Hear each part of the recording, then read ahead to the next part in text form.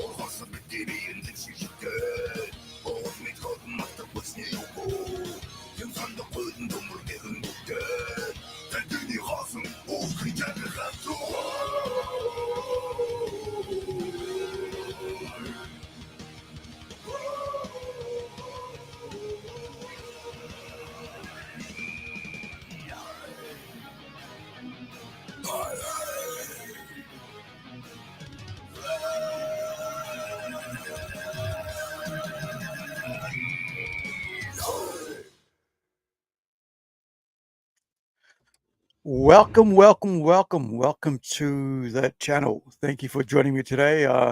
Hopefully I'm up for it. My eyes are bugging me. I woke up and my eyes were like, I don't think you should be doing anything or staring at anything right now. But hey, we're here. So grab a drink, get comfortable and let's get into it. Thank you for joining me wherever you are. I hope you're having an awesome day. Night, evening, afternoon, morning, because right now here in New Zealand it is 1:35 in the afternoon on Thursday. Are we Thursday? Yeah, we're Thursday. I came yesterday I came across on my channel, right, in the afternoon, evening, I can't remember, just a video, a crime video documentary, like a crime documentary with a video about this young girl called Huang Na. Never heard of her. Never heard of this case. Nothing. Right? It's from 20 years ago. But we're going to be looking at it today, and we're going to look at the documentary and about specifics about it, what's been found out and stuff, and what's happened from the start to the end, right, of the case. It's a half-hour documentary, so as you know, I talk a lot, give a lot of opinion of things, and this is what this channel's about: giving opinions on news and events and so on. But in this case, it's kind of like I thought it'd be interesting to give my perspective as a young kid, probably around the same as her age as her in Fiji at that time. So we're not going to go into a lot more other videos today because of my brain just like wanting to fry off, but I really didn't want to put off, another day of no live streaming because I'm trying to get into a pattern. And I think that's important because it's just like I got into a pattern of quitting smoking cold turkey. I think, keeping a pattern is a good way to, um, having structure, right? If I'm going to do this, I'm going to do this seriously. And I want you guys to take me doing this seriously as well. So if you're new here, please like, subscribe, and also share if you think what I'm doing is cool, and you think other people should watch it or hear about it. I would really appreciate it. I really want to grow this channel, and I really I was thinking about this yesterday. I was thinking I need to make a promo video for people who come to the page and not just put up little bits of clips because that doesn't really give you an idea of what this channel's about or who I am. I had one a while ago before when I first set up this channel, but that sort of I changed what I do with this channel now going forward, right? So we're more of a news reaction and commentating channel now than anything else, as well as looking at cases and certain things that I think I might have a better idea on, or I'll have an interest in, right? It's more about interest rather than anything else, really. I think I have interest in discussing um, what goes on around the world because I'm a person of the world, right? So without further ado, let's get into our first video. By the way, that was The Who with The Trooper. As you know, we always start off with a song on this channel. And a lot of times, I like to play these songs because I enjoy them. I think they're really cool. And I also like to, get you to hear them as well and see these bands and give them some sort of, check them out, give them a bit of a patronage, check out what else they've done that you might like, right? And that's really what, because I'm being part of what we call a fandom, right? Fans of all these bands and stuff, especially metal and, movies and stuff like that. So I thought maybe it's why I like kind of like sharing this stuff, like music and stuff. So first of all, I'm gonna bring up a video about something just happened that's been happening across Aussie, and you probably saw if you came across this channel, you saw in the main video. I did this really early this morning, like around about, gosh, it's been like just like an hour or so before I went to sleep because I've only slept for about 2 hours and a bit. But it was really sad because I'm seeing so much of this across Australia right now. And yeah, so this is brand new. Came out from yesterday, I think it is. If I remember right, there's quite a spate of this happening, and it's happening almost like on a regular basis since October last. It has happened again. We've warned about it on this program since October the 9th last year. I tested your patience earlier this week, showing you how often and how long we've been calling out the weakness of Anthony Albanese and the state governments as they've stood by and let anti-Semitism rise. And now it's getting worse. The synagogue firebombed in Melbourne last Friday, a couple of worshippers inside. No lives lost, thankfully. Many lives terrorised, though. And in Sydney's eastern suburbs last night, just like last month, a car set alight and anti-Israel slogans defiling a house and sending a chilling message around the country. Of course, this vile act was condemned by all.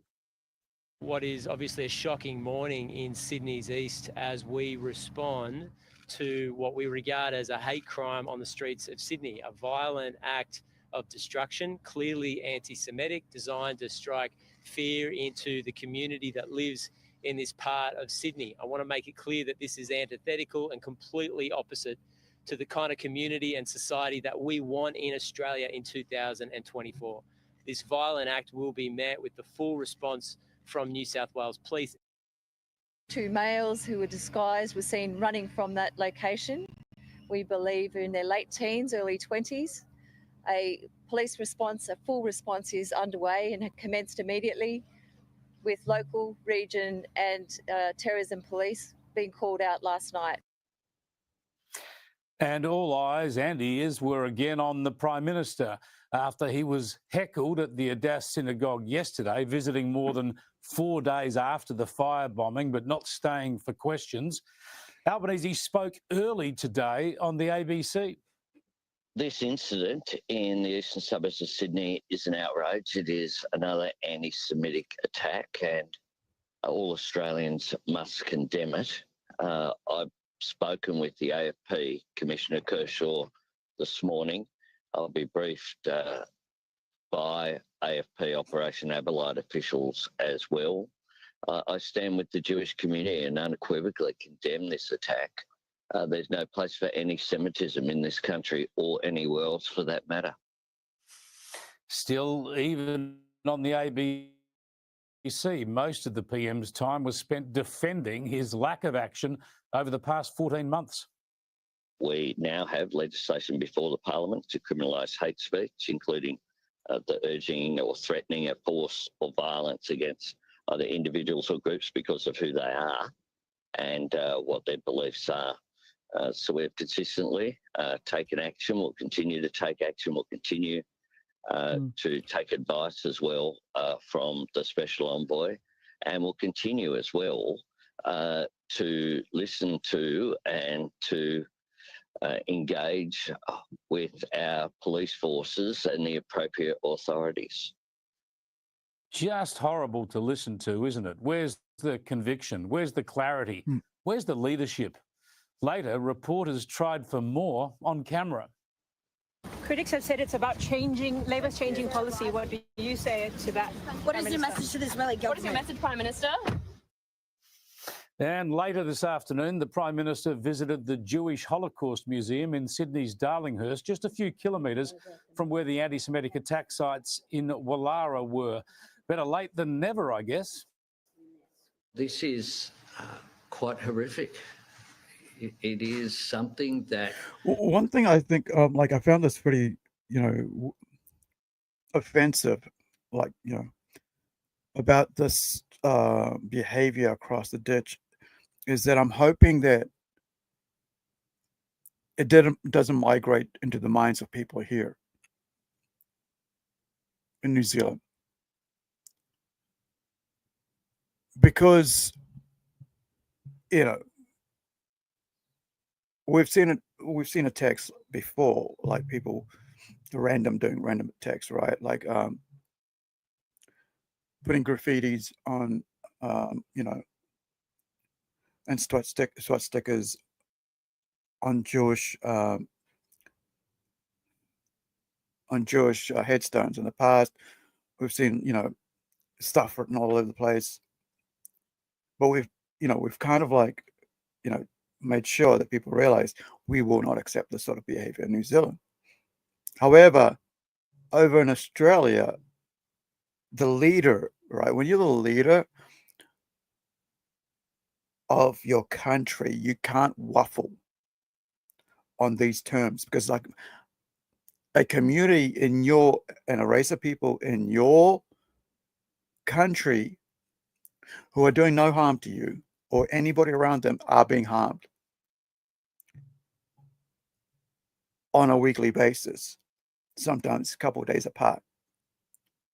and you as a prime minister are waffling, so you're getting criticism from, from the media, you're getting criticism from your community, because people are just tired of seeing cars being, burnt in their neighborhoods, graffiti that shouldn't be there in their neighborhood, people attacking people on the streets in their neighborhood, right, in their cities, in their communities, because it comes from the top.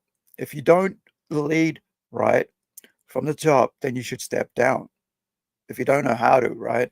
Because yeah, you want to represent everybody and stuff, but you don't freaking let people get away with terrorizing a group of people. Imagine if this was like, say a group of Muslims being terrorized by, say, Hindus, and you stand up there and waffle. He couldn't do that, right? But it's okay for him to do it to his Jews because, hey, everybody hates the Jews, right? Isn't that the whole thing right now? It's just, this feels like really, really strange that, it's like a mandate almost from the United Nations that, like, these people are okay to be targeted. It's like, people can, like, say anything they want about, about Israel or Jewish people, and everybody will eat up whatever it is, whether it's lies or true. And mostly it's lies. 90% of the times it's lies. The worst thing is, like, one thing I came to realize was that, imagine living under that sort of terror all the time, right? Like everywhere in the world, especially when you're, like, part of the Hasidic Jews, right? The Orthodox ones were the ones with black caps or black, big, beards and dangly sideburns. They stick out like a sore thumb, and they're always targeted from America to UK to Europe, right? By Islamists. In America, in the streets, it's from the black people, right? But this dude, the Anthony Albanese, it's like, yeah, well, I'm gonna speak to the, to my cops, my super cops, AFP. We're gonna sort something out. It's like, no, this is not right. We're gonna stomp it out right now. We're gonna put all our force behind it to stomp it out. And this is what I hope that our government, right, the national government, right, does. That we go, nah. The moment it raises its head, that, our government in New Zealand goes, no. Because, people respect strong leadership, right? And people want to see people, they know, where are you going? Where are you taking us as a country, right? What are you trying to, where do you want to lead us? Are we willing to go with you or not? Right? But, like, waffling along on Islamists attacking,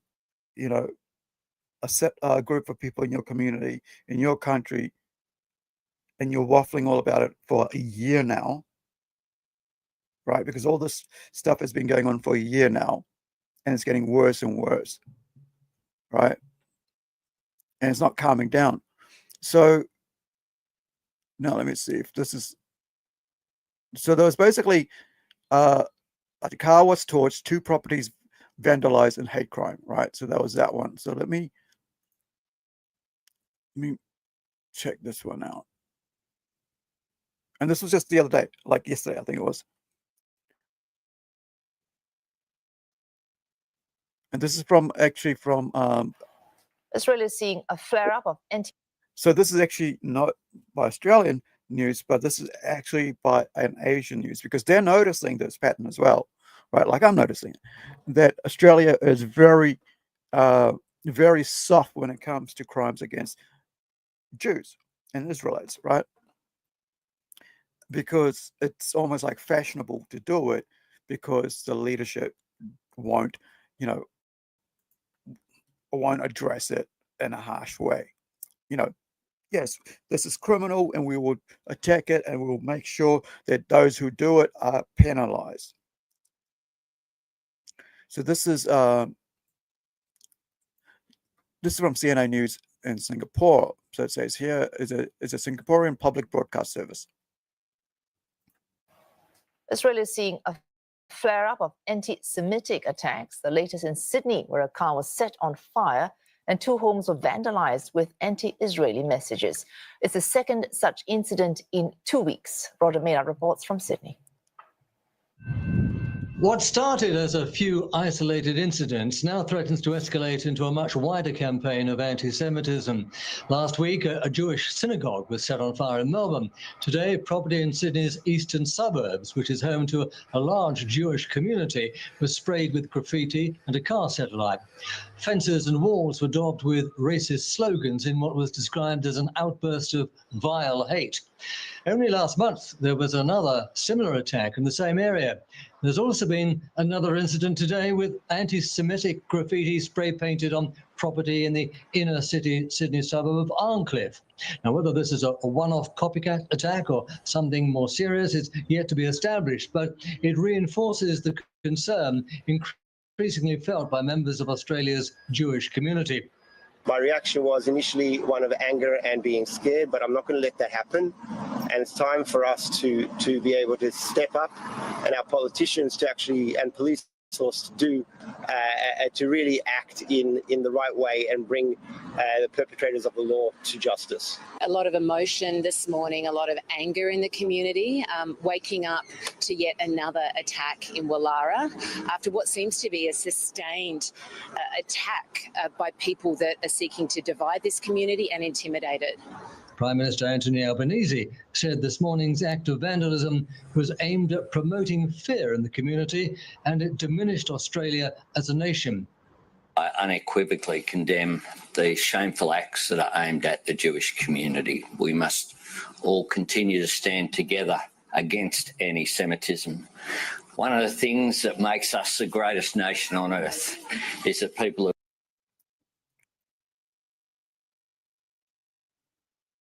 Problem is, like, the real problem here is that Australia has been like following the United Nations mandate of bringing in large amounts of Muslim community, right? Large, like ethnic from North Africa, from Middle East, and just dumping them right in these communities. And not, they've been saying that they haven't been getting help and whatever, but like all these people have been just brought in under the refugee status, a lot of them young and like elsewhere. And so they just migrate together because, safety in numbers. However, then they realize that these people are, they're not, these other people around them who've been there for a while have grown rich, are looking, had their children have what they want, because their parents have worked hard. They're not just suddenly arrived. They've worked hard since they've arrived there, right? But the newcomers are basically so jealous of the community.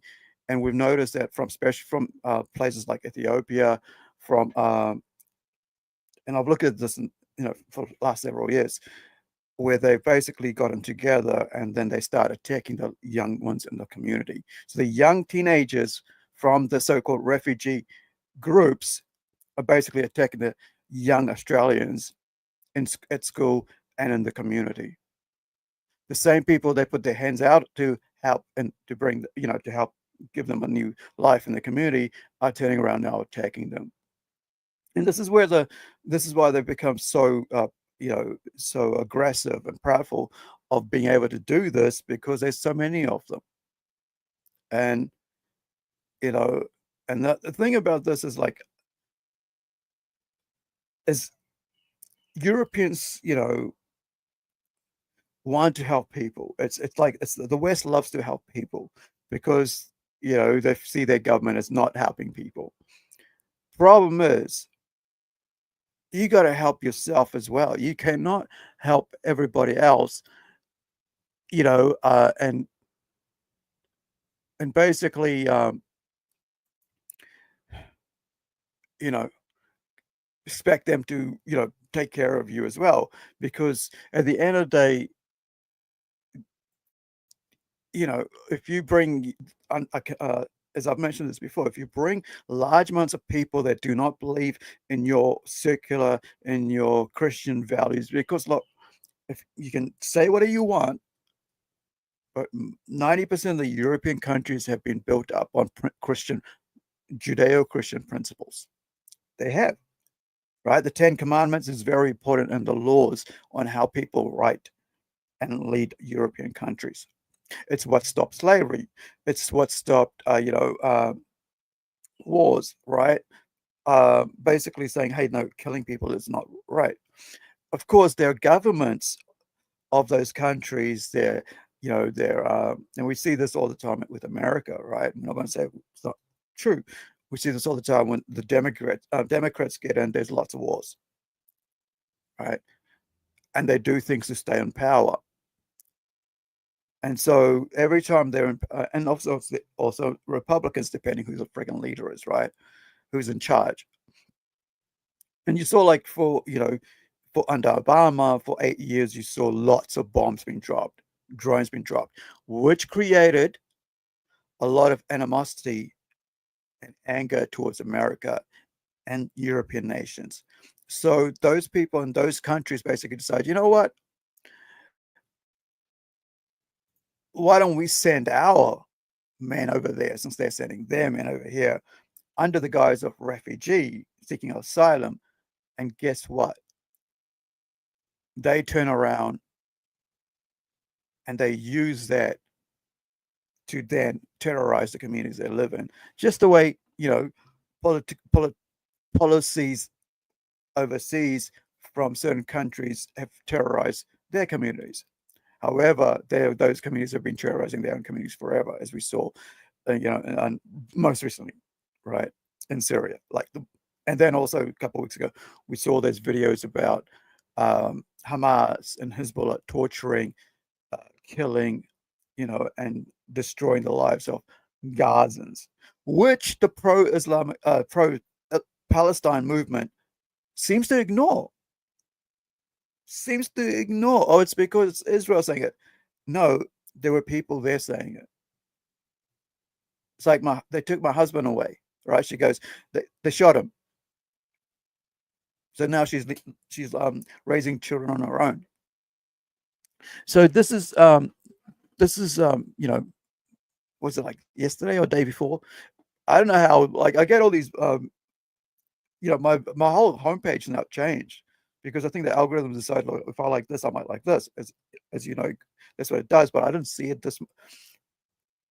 that much because people have been talking about this for a while, and I've been like, nothing's happened on my channel. And then, like, I'm seeing all these things come up from other channels and people just saying, so this is just a 3-minute video. Excuse me. 3-minute video from an American, Latino, I think. Latina, right? Hispanic lady. I'm not sure if she's actually black either. Apologies, guys.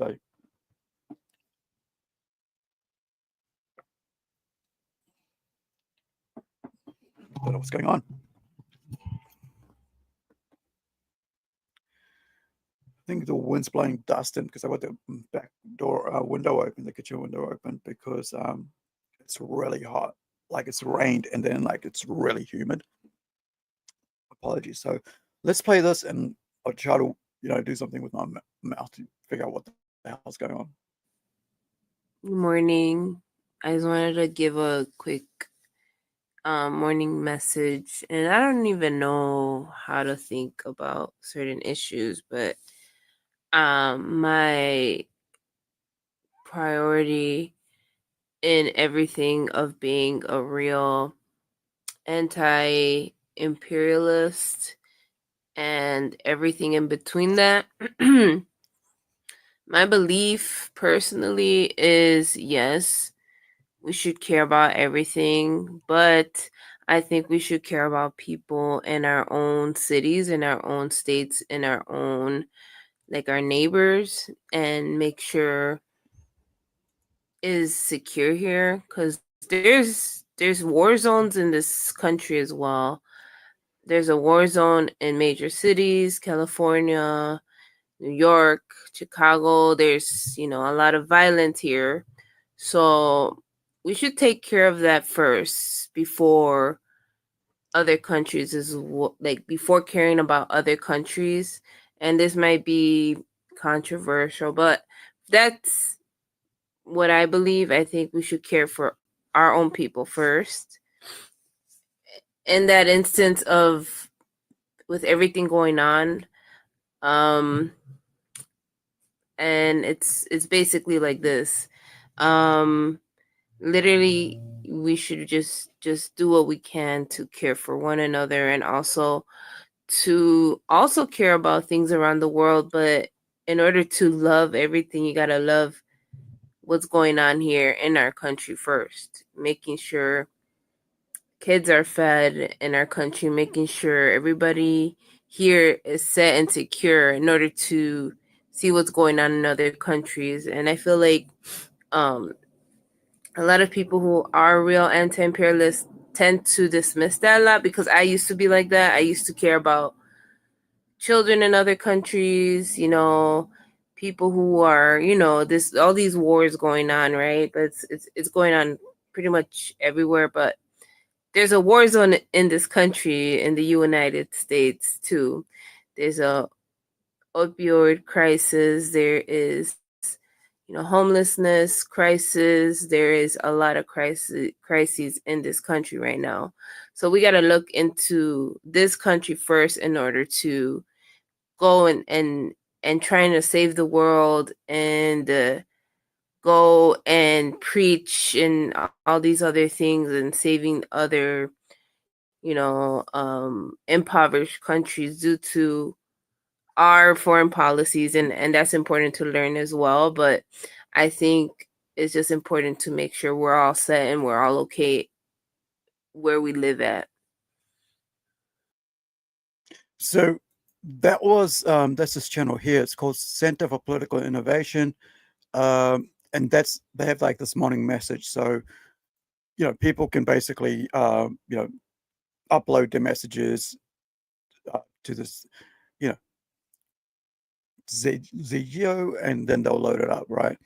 So I thought that was interesting, because you often don't get people just saying, "Hey, this is what I think," and this is what I want. And I mean, I guess what you do, but a lot of times, they get told to shut up and don't say anything. But she's right. Like, what do you think? Like, is she right? I mean, I think she's right, because in the sense, like, yeah, there's all these things happening everywhere, and there's all these policies that are creating these masses, but there's problems in our own backyard that we need to fix. Why are we trying to fix everybody else's backyard? And most of the time, they don't want you to fix it. They're happy with the mess that they have over there. So why try to fix their backyard, and why not just fix our backyard first? And I think, like they say, charity always starts at home, right?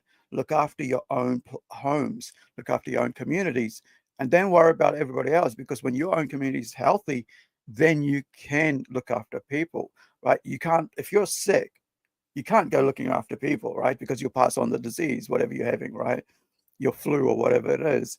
And it's just crazy to think that you can continue, helping everybody elsewhere and not help your own community and the needs in the community. Like, the weird thing here is, like, I mean,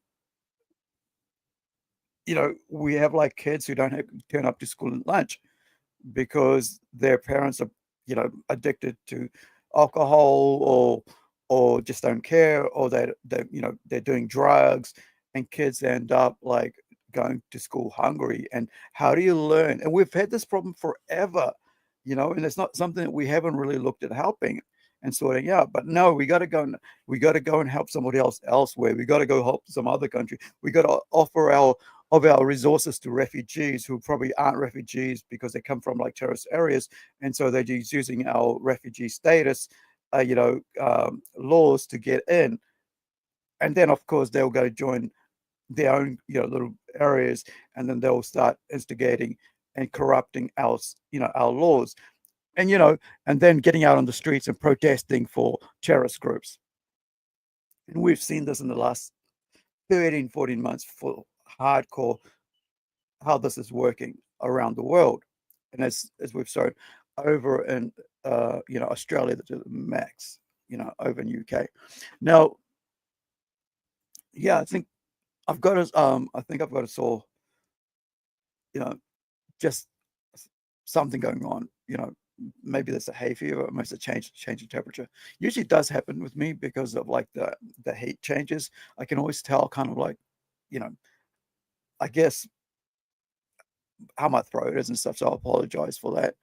Usually, the way I sound croaky is from like, years of smoke damage to my throat and so on. Cigarette damage, I should say, not smoke damage, but same thing. I guess for us, we just had smokes here in New Zealand. So the next thing I want to look at before we move on to the main topic, there was a couple of main topics we got. Now, we mentioned there in that earlier segment that like,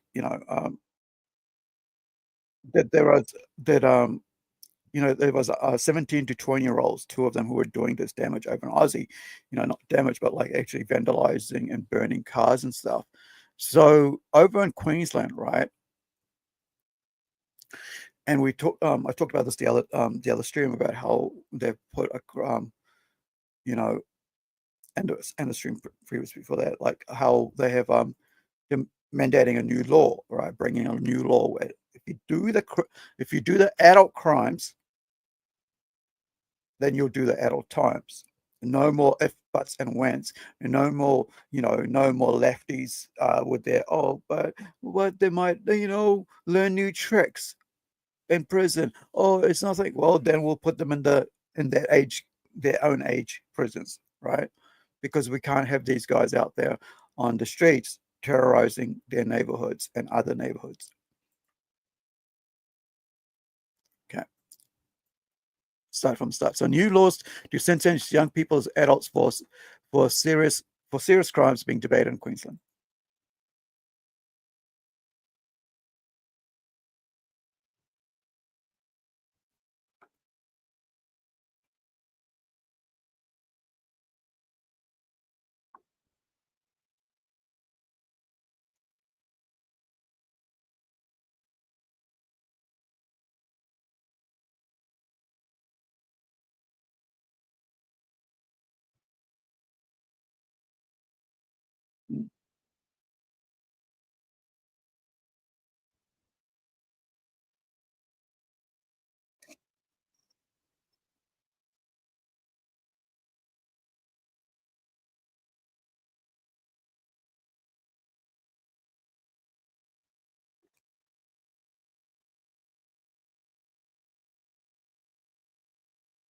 Mm.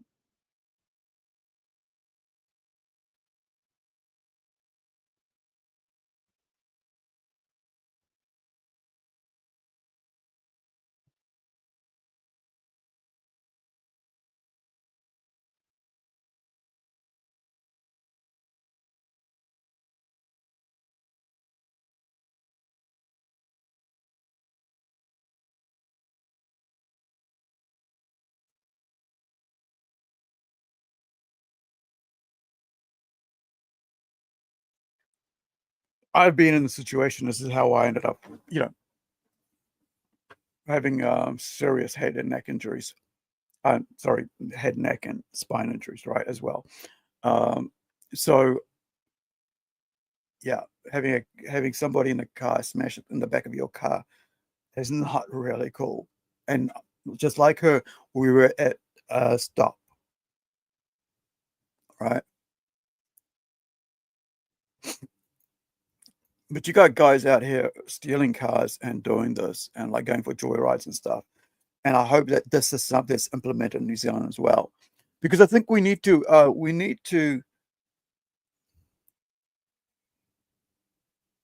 be moving with the times, right?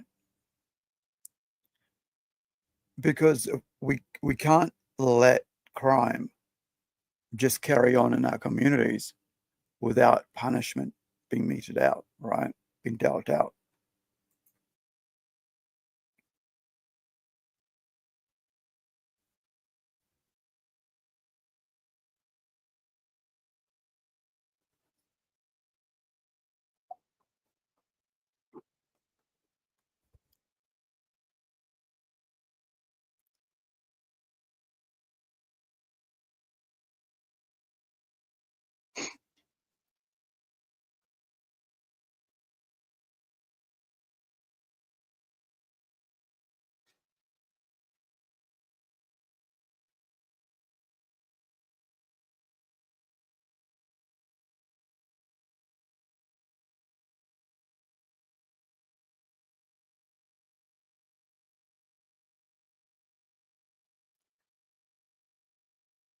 this is why you have to put in place adult crime, adult time.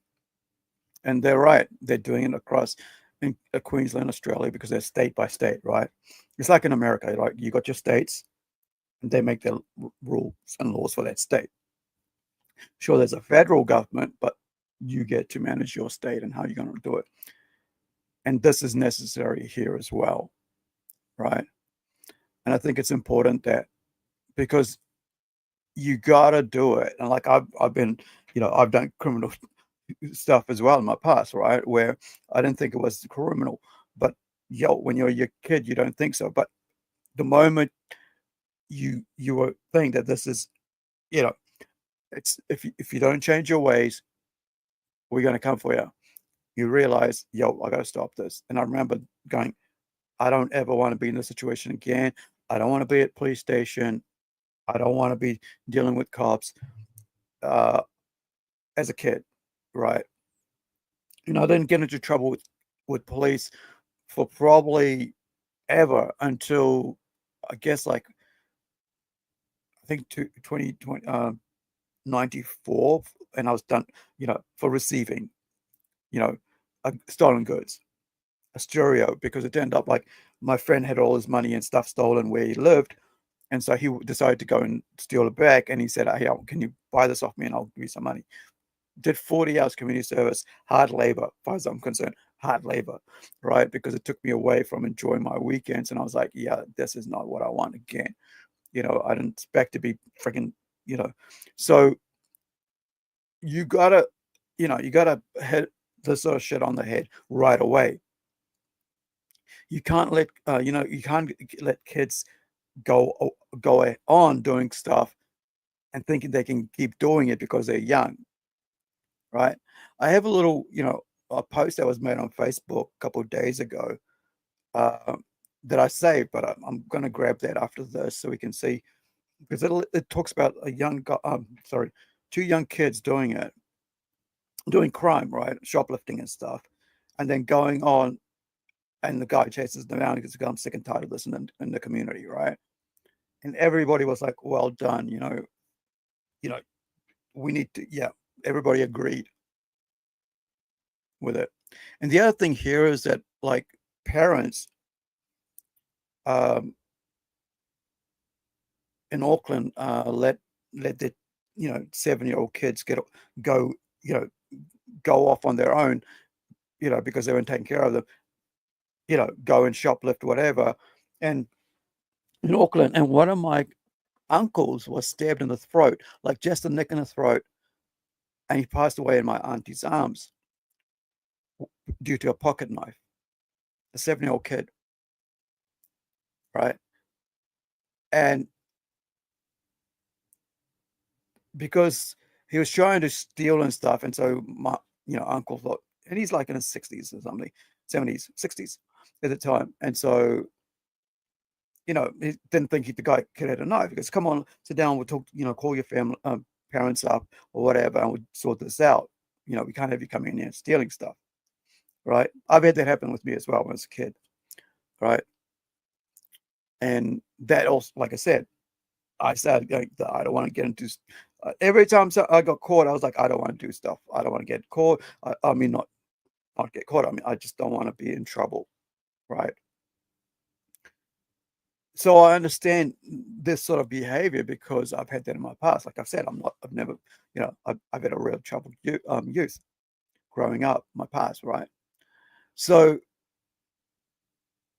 you can't just let kids get away. Look, this a-hole, right? This a-hole took away a mother, a father, and an unborn child inside the mother. That's 3 people. Not only that, he then went and, here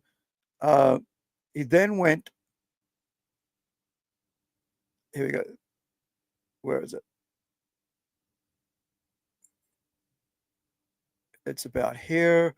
This is the one talking about this couple here and her child, unborn child. and he's a serial offender, minor, under age of 20, right? Under age 18. So he can't be done as an adult. But now they're saying new laws need to be changed and will be brought in, and we're going to pick you, Mr. Politician, to change these laws. But the other thing there is, of course,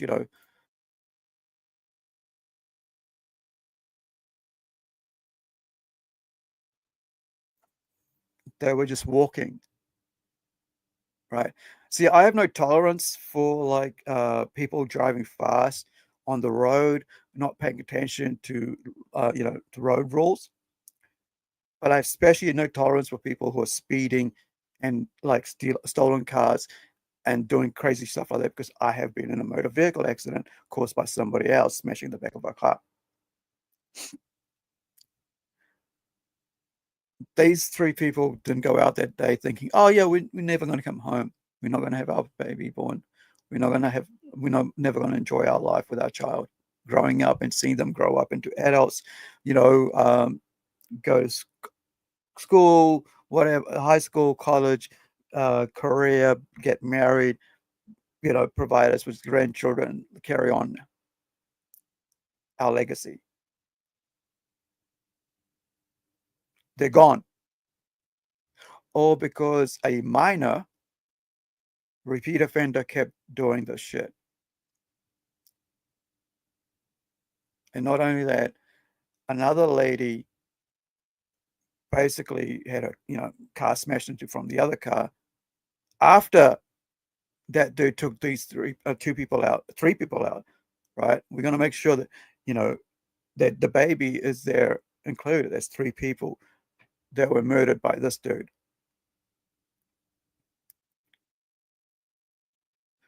Do adult crime, right? Pay adult time. You cannot be soft on crime in your community, because it shows you, especially to minors, right? That shows them that it's okay. Nobody gives a shit if we do all this terrible stuff and get away with it. Just like Islamic people, blowing up synagogues or burning them down or burning people's homes, right? Over in Australia. Because the moment you don't put your foot down and go, this will not be allowed in our community, people will go, oh yeah, well, we can carry doing it. They're not that harsh. They don't really care if we attack those people. It's like just like these young people, or they don't care if we run people over with our stolen cars. So yeah, I hope, and I pray, I'm not a praying person, I hope, right, that we get this sort of laws here.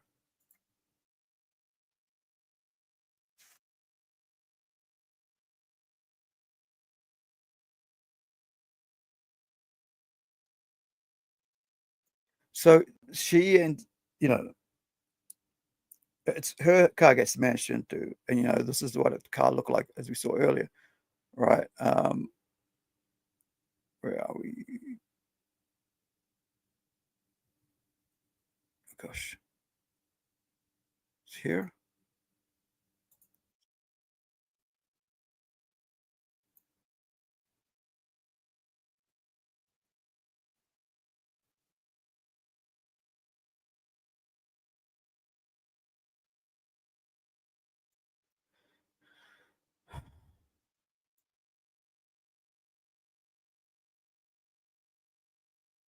It's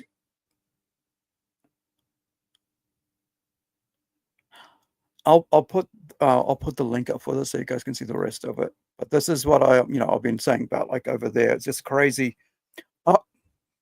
Apologies, guys. I didn't even realize. Oh, this sucks, man. I apologize. Let's play that again, right? Let's play that again. I am so sorry. I didn't even realize it wasn't playing. But I'm sure you guys heard. But still, that's not cool. My sincere condolences to a family that have lost a mother and a wife. By the way, she was such a beautiful person. We're all just devastated from the loss. In Queensland, youth crime has dominated both headlines and politics over the last 4 years. My son was killed by a juvenile driver. a stolen vehicle. There's no justice. So I know who I'll be voting for, and it won't be who's in now. The LNP was swept to power in October with a campaign promise to sentence young people as adults for serious crimes, including murder, manslaughter, unlawful use of a motor vehicle, burglary and serious assault. By Christmas, adult crime, adult time will be law. Last week, a parliamentary committee on those laws, which are expected to pass tomorrow, heard from victims like Natalie Merlehan. I was involved in an incident in Alexandra Hills on the 26th of January 2021. On the evening of the incident, Natalie Merlehan, her husband and her then 4-year-old daughter were hit by a stolen car driven by a teenager. We were waiting at the lights for them to turn green, heard a big bang and looked up and saw a big white thing coming towards us, and I knew in that moment that it was going to hit us. Nearby pedestrians Matthew Field, Catherine Ledbetter and their unborn baby were killed in the horrific crash. Natalie was left with permanent injuries, needing 5 spinal surgeries. Her husband and daughter were uninjured. I've got post-traumatic stress disorder from the incident and anxiety.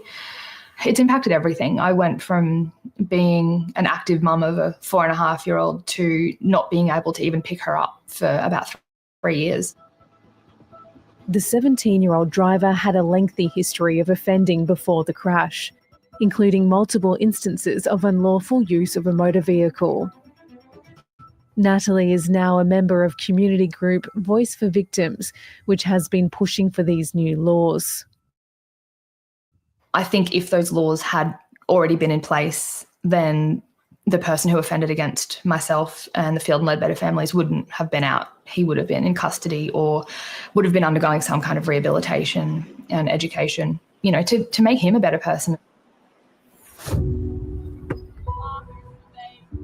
Got expelled, and then when I got into Resolve program, they helped me get back into a good school that, I don't wag every single day, I do better.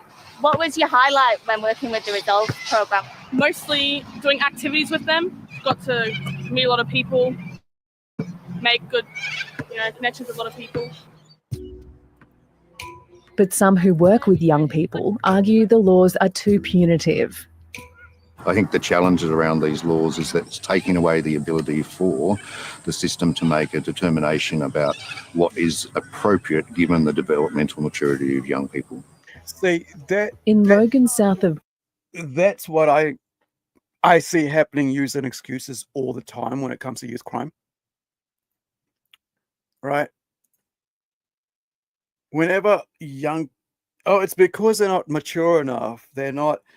The guy can drive a car. Right? You can't... They're not smart enough to think about these things. Like, why not? So you're saying they're handicapped or they got special needs. Well, let's put them in special needs, classes and stuff. Special education. At least they're away from menacing the society, right? From terrorizing and killing people. Right? So it's always a bleeding heart, what we used to call in the old days, back in Gen X times, was bleeding heart liberals, right? But now we know them as leftists. And I hear this all the time as well, right? In close quarters, from people I know, it's like, oh, but it's like, yeah, so you're okay with them continuing. What had happened to you? What are you going to do then? When it happens to someone you love, what are you going to do then? Oh, then you're going to join a victims group. When suddenly someone stabs your neck or your family member's neck as a child, you're going to be, what are you going to do then? You're going to complain and saying, oh, this should some. Well, how about you do it now? How about you say to your leaders, to your community, your mayors, your police, your your youth groups and say, we don't want this sort of shit happening in our community where kids can run around all the time and cause problems. And I've said it before, right? I've been one of these kids, right? And once I got involved in youth groups, I wasn't being like these kids. So what they're doing with Resolve over there in Australia, I'm fully for that, because I've also been a youth worker afterwards, and I could see, what was working and what wasn't working with youth, right? Because you saw those that weren't, they would turn up to events with knives, and those who were would turn up to have fun. Went to this, I think, well, it must have been about 18 or 19, went to a Auckland concert put on by a Christian group, like bands and everything. I think it was what they call Youth for Christ. They had some sort of overseas event on, like thousands of kids were there, right? I think it was a free event too. It was like a donation event. And I went there with my girlfriend. I think Yuchen was with me that time. Yeah, it must have been about like 18. And she was Taiwanese, right? So we went together. Oh no, this time I went with my other friend. Sorry, she went to this other one, which was in a school hall. But this one, it was huge, like thousands of kids. And we walk out, and next thing you know, someone stabbed someone. Some dude has stabbed someone at an event where teenagers go, and young people as well, younger people, right? Not teenagers, preteens, go to have fun, to enjoy, listen to music, watch some skits, people talking, and then go home.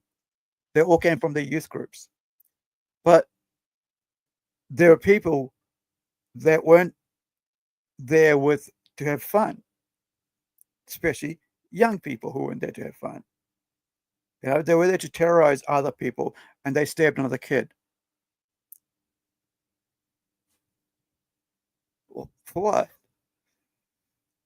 For you're there to have fun, and that also, what you're going to do? You're going to excuse that behavior now? Say, oh, he wasn't developed enough. Or and what? So it's okay for him to turn around and stab someone? Some kid who just went to go have some fun with his friends, because nobody went alone there. Everyone was there to just have fun. It was a youth group event, so people who knew each other went together to just go and have a couple hours away from their lives. And that kid ends up in hospital. I don't remember what happened afterwards, because we're like, okay, guys, let's just go, right? Let the police handle that. Let's get you home, because we want to make sure that you guys get home on time, and your parents don't worry. And this sort of stuff happens all the time, sadly, right? Because there's always people who come from, certain backgrounds that people want to use to excuse their behavior, so they get away with it, and they go, oh, so if I'm from, if I can get away with it, then I can do it again and again and again. Then they go, oh, well, it's because of this, it's because of this, it's because of this. And I hate hearing that. I think sometimes you just got to go, well, yeah, no, we're not going to accept excuses, right? We're not going to accept excuses anymore. We're going to deal with it head on. The longer you deal with excuses, and you excuse these crimes by minors who maybe they do come from terrible homes. Yeah, deal with that, right? Take them out of there. Teach them this is not the way normal homes are supposed to be like, all right? And so let's have let's work on that. They used to, in New Zealand, it was used to be called, like maybe 25 years ago, anyway, in 2000, it was called Youth at Risk, right? Working with youth at risk. Usually it's just Parents who didn't care, who didn't really care if the kids were out at night, if the kids were, coming home or not, or if the kids were staying somewhere else. They just didn't care. So now it's up to society to put up with, and the community to put up with whatever those kids did, because parents don't want to take responsibility. It's like, oh, it's the school's responsibility to teach my child, but I'm just going to leave it with the school. I'm going to teach my kids what's morals, what's wrong and what's right, because that's what you're supposed to do as a parent. You don't leave them because, like, you don't want the society to deal with them, right? Society shouldn't have to deal with teaching your kids what's right and wrong. You as a parent and as a family should teach the kids what's right and wrong, because it's your failure and should be on you as a failure if your kids aren't behaving. And I understand kids can be, can go into groups and, have other terrible kids join them, and now they become like those other kids. That's why the whole rotten apple thing, right? One rotten apple ruins the whole bunch, right? The whole basket. So you got to get that friggin' rotten apple out and deal with them accordingly. And I really like what they're doing over here. Yeah, they're going to punish the hardened ones who repeat offenders, and they're going to help those who are starting out the first crime to get involved in groups that will help them to, their leaders will show that, hey, this is not, we got to change your behavior. Otherwise, like they used to do in the old days, scared straight prison friggin' visits. But a lot of those kids still go, oh yeah, I don't care. And then they go back and do crime. Yeah, but now you pay time.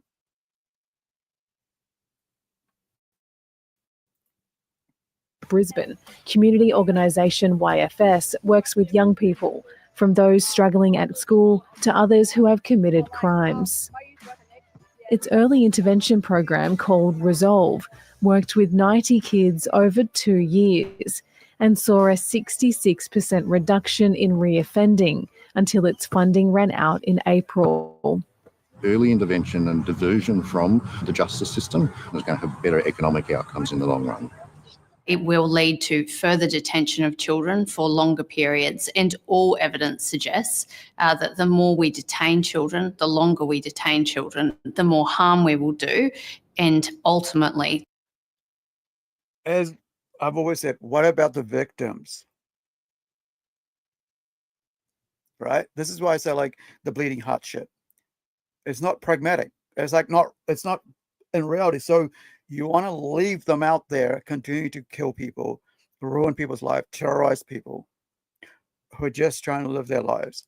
But you're going to leave these mongrels out there to terrorize people because, they're, it's going to be terrible for them in prison, or the sentences might be too long, or what? Well, correct the sentencing, but take them out of society, menace to society, right? If they're menace to society, remove them from society. It's the same thing I think about deportation, right? If you're causing problems as an asylum seeker or as a refugee, and if you go to a country and you get deported. No two shits about it. If you come if you come into a country under refugee status, we're seeking asylum, prove it. And then if you start causing problems, like joining militant groups, right, or radical groups, and then causing problems for the locals, well, then you pack your bag and get the hell out. There's only so much sympathy you can have in this modern age, right? Because as we become more forward-thinking, more progressive, we don't want to be regressive in our laws.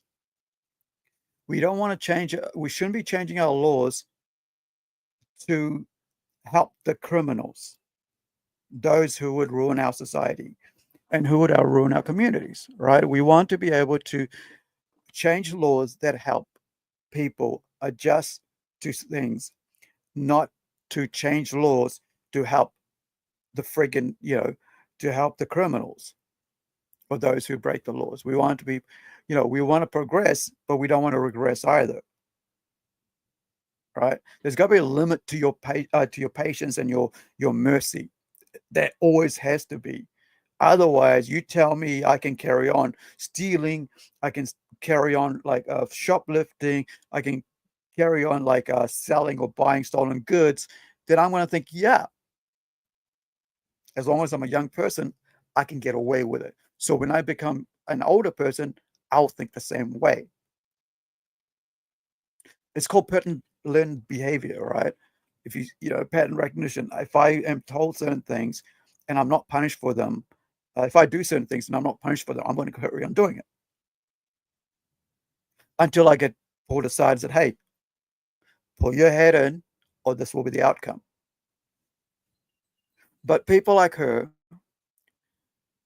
who basically think that it's, oh, it'll be too hard on the kids, but never think about the other kids. Don't think about the other kids that are being terrorized, the other communities, the adults, the children, like that we just saw. Repeat offender, 3 people dead. One of them was a baby inside the mother's womb. Their life snuffed out. Another, right? And this is just one person did this much damage. But she's like, oh, but poor little boy's going to have a hard time being locked out for so long.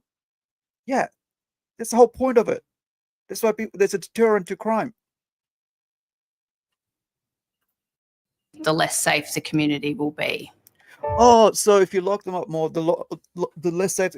Wait, you mean like, so if we lock people up, then the community will be unsafe? They're not there. Right? The idiocy of it, like the idiot thinking of it, like, well, if I take a criminal out of society, society's going to be in a bad way.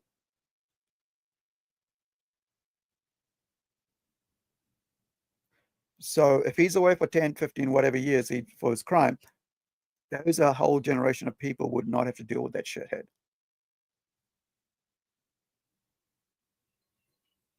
How blatantly obvious can it be, right? That if you take someone out who's creating so much damage in society, away from society, right? And you deal with them, teach them, educate them that this is shit, this sort of shit behavior isn't welcome. Change your ways, or you'll be back here for longer periods. How is that damaging society? Isn't that what everybody should want? If someone's committing a crime, you take them to court, you put them into an institution where they can be told that this isn't right, and then they can be educated, right? And use that time away to educate themselves and change their behavior.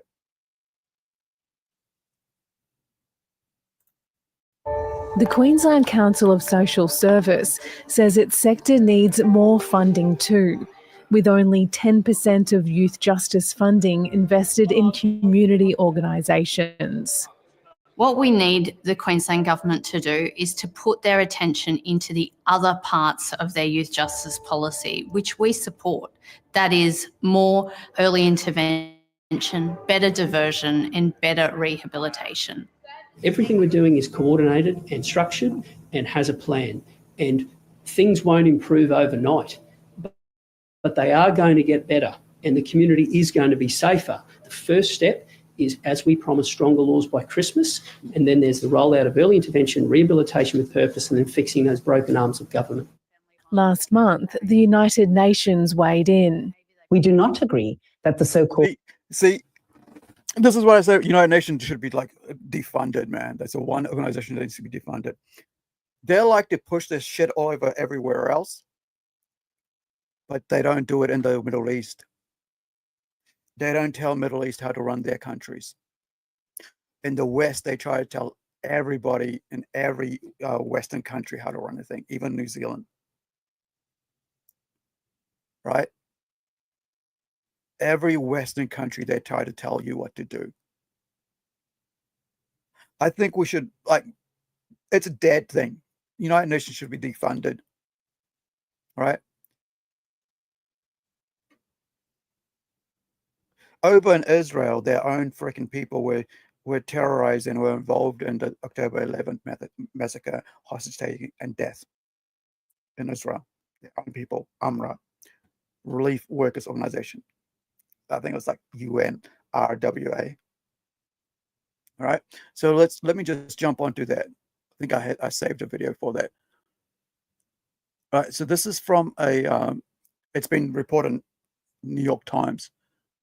I was going to open up the chat bot there, but it wouldn't open for me just before. Did you guys have trouble with Facebook this morning? I was online trying to go, well, what's wrong with Facebook? Like 7 o'clock, it was like New Zealand Facebook was down. Right, it was down. I was having trouble like for an hour trying to update my posts and stuff, and like post to post. And I'm like, oh, you can't get on. I'm like, okay, let me try my mobile. Still having problems. So yeah, something crazy was going on there. So now I'm just going to jump to UN, right? So this is about the UN, and New York Times did it. So, but this is reported from another channel, right? So, because we're watching videos, right? You don't want to watch me read a whole bunch of stuff. So let's watch this guy read a whole bunch of stuff, right? So Israel just found shocking evidence of the UN's involvement in October 7th. So this is from Israel guys here, a pretty hefty, channel. Like I said, I watch lots of different channels because I want to learn about a lot of different things, and I want to, get other viewpoints and news reports, and not just watch, what people do in the US, just CNN or MSNBC. That's it. Believe it or not, just this morning, Palestinian terrorists from Gaza just fired 4 rockets into Israel. Yes, you heard that right. After 432 days, rockets are still being fired into Israel. The Iron Dome did intercept 2 of those rockets, with the other 2 falling into open areas, thank God, causing no damage. This is nothing like it was at the beginning of the war. Hamas or the Palestinian Islamic Jihad, or whoever it was who fired the rockets, is not a huge threat right now. The IDF has had their hands very full in other places, like in Syria, where they just effectively almost completely destroyed Syria's Air Force and Navy. Which is a good thing, because you don't want terrorists getting those friggin' weapons. You do not want all those weapons in the head. The World Central Kitchen, a US-based charity organization. Because remember, all those weapons left behind in Afghanistan by America and in Iraq are now in terrorist hands. So it is a good thing, as far as I'm concerned, that with all those terrorists, ISIS, whatever's left of Al Qaeda, Taliban, so many other freaking, terrorist groups that have converged onto Israel right now. Even one warship is enough to do so much damage, right? So I'm so glad that none of those freaking warships, rockets and missiles and arsenals are not going to be used against the West or other Middle East countries, because these people go and attack everybody, every other ethnic group around. The Arabs, the Persians, as well as Israel and everybody else. They don't stop at just, okay, we're going to stay here now. We've taken over the country. We'll just stay. Let's like settle down and let's go try to build us, run this country good for the well-being of everybody here. No. And I've got I'm going to be doing a thing called Islam Hates Everybody. There's a whole lot of things that we'll be looking at, videos we're looking at of that. But let me forward here to, I think he just started. So let's go for it. Just fired 62 of their Palestinian workers over suspected ties to terror. Here we go. 62. The World Central Kitchen, a US-based charity organization, just fired 62 of their Palestinian workers over suspected ties to terror. Kind of a day late and a dollar short, if you ask me. Now, this is the same organization that had 7 of their aid workers killed in an Israeli airstrike in Gaza this past April. IDF Chief of Staff Herzi Halevi said right after the strike that it was a case of misidentification and the strikes were not meant to harm WCK workers. I was wondering where the music was coming from. It was weird. I was like, if I got something else on, but it's from this video, so apologies, guys. So CK, the world's central kitchen, has long been suspected to have ties to terrorism. We did a couple shows on this back in April on how they might actually have been embedded with terrorists, and at least one of their workers was actively involved. It was proven that he was involved in the October 7th massacre. Speaking of so-called humanitarian workers, an insane report just came out from none other than the New York Times that proved UNRWA's complicity and involvement in terrorism. For those of you who do not know, UNRWA stands for United Nations Relief and Works Agency. So, documents were just shared with the New York Times from Israeli intelligence that showed that at least 24 educators employed by UNRWA, were affiliated with Hamas or Islamic Jihad, kind of proving what we've been suspecting all along. There have been different evidences that have been coming out as this war has continued. However, this is just the latest evidence. This is from the New York Times. Quote, the refugee agency known as UNRWA operated schools across Gaza before they were shuttered in the wake of Hamas's October 7th attack on Israel and the ensuing war. The agency, which employs roughly 13,000 people, includes thousands in schools, has a duty to maintain the neutrality of its facilities in the conflict zones in which it operates, including by keeping militants off its premises and payrolls.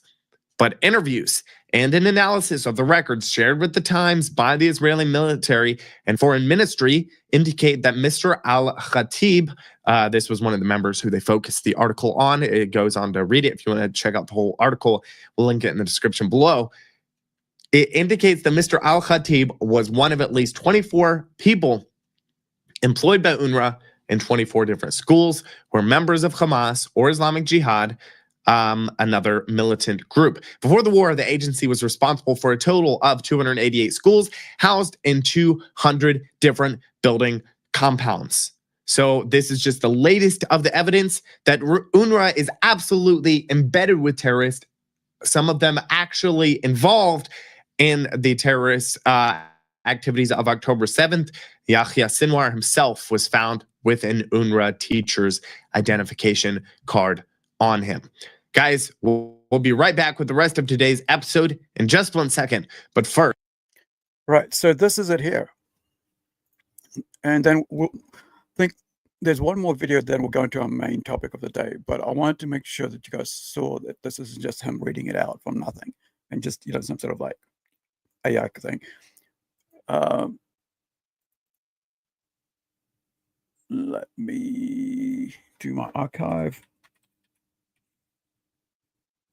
.org. I think it's that one.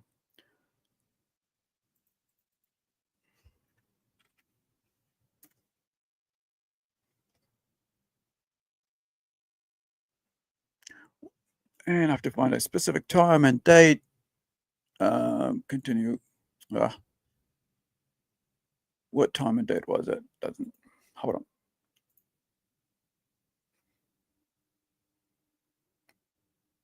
(24th, 12th, 8th). So 8.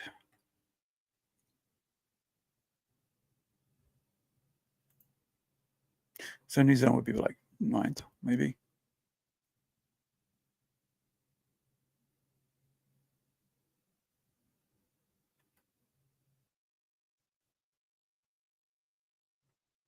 There we go. All right, let me bring it back to the. There we go. This is it here. And I'll put the archive link there as well so you can see. It's not, it's not AI images. So it's actually reported by the New York Times on their website. There you go. Records seized by Israel show Hamas presence in UN. So remember how I said United Nations, like I said, stick its head in everything. But by doing so, they even have terrorists working in the organization. But they want to tell Australia how to run, especially, at this time, the state of Queensland, how to take care of its own criminal courts and how to look after its own community from way over there in America, right? Because that's where they're housed, right? Because America pays all their bills because nobody else is paying, So I don't understand why don't they move that somewhere to the Middle East, since they favor the Middle East so much, right?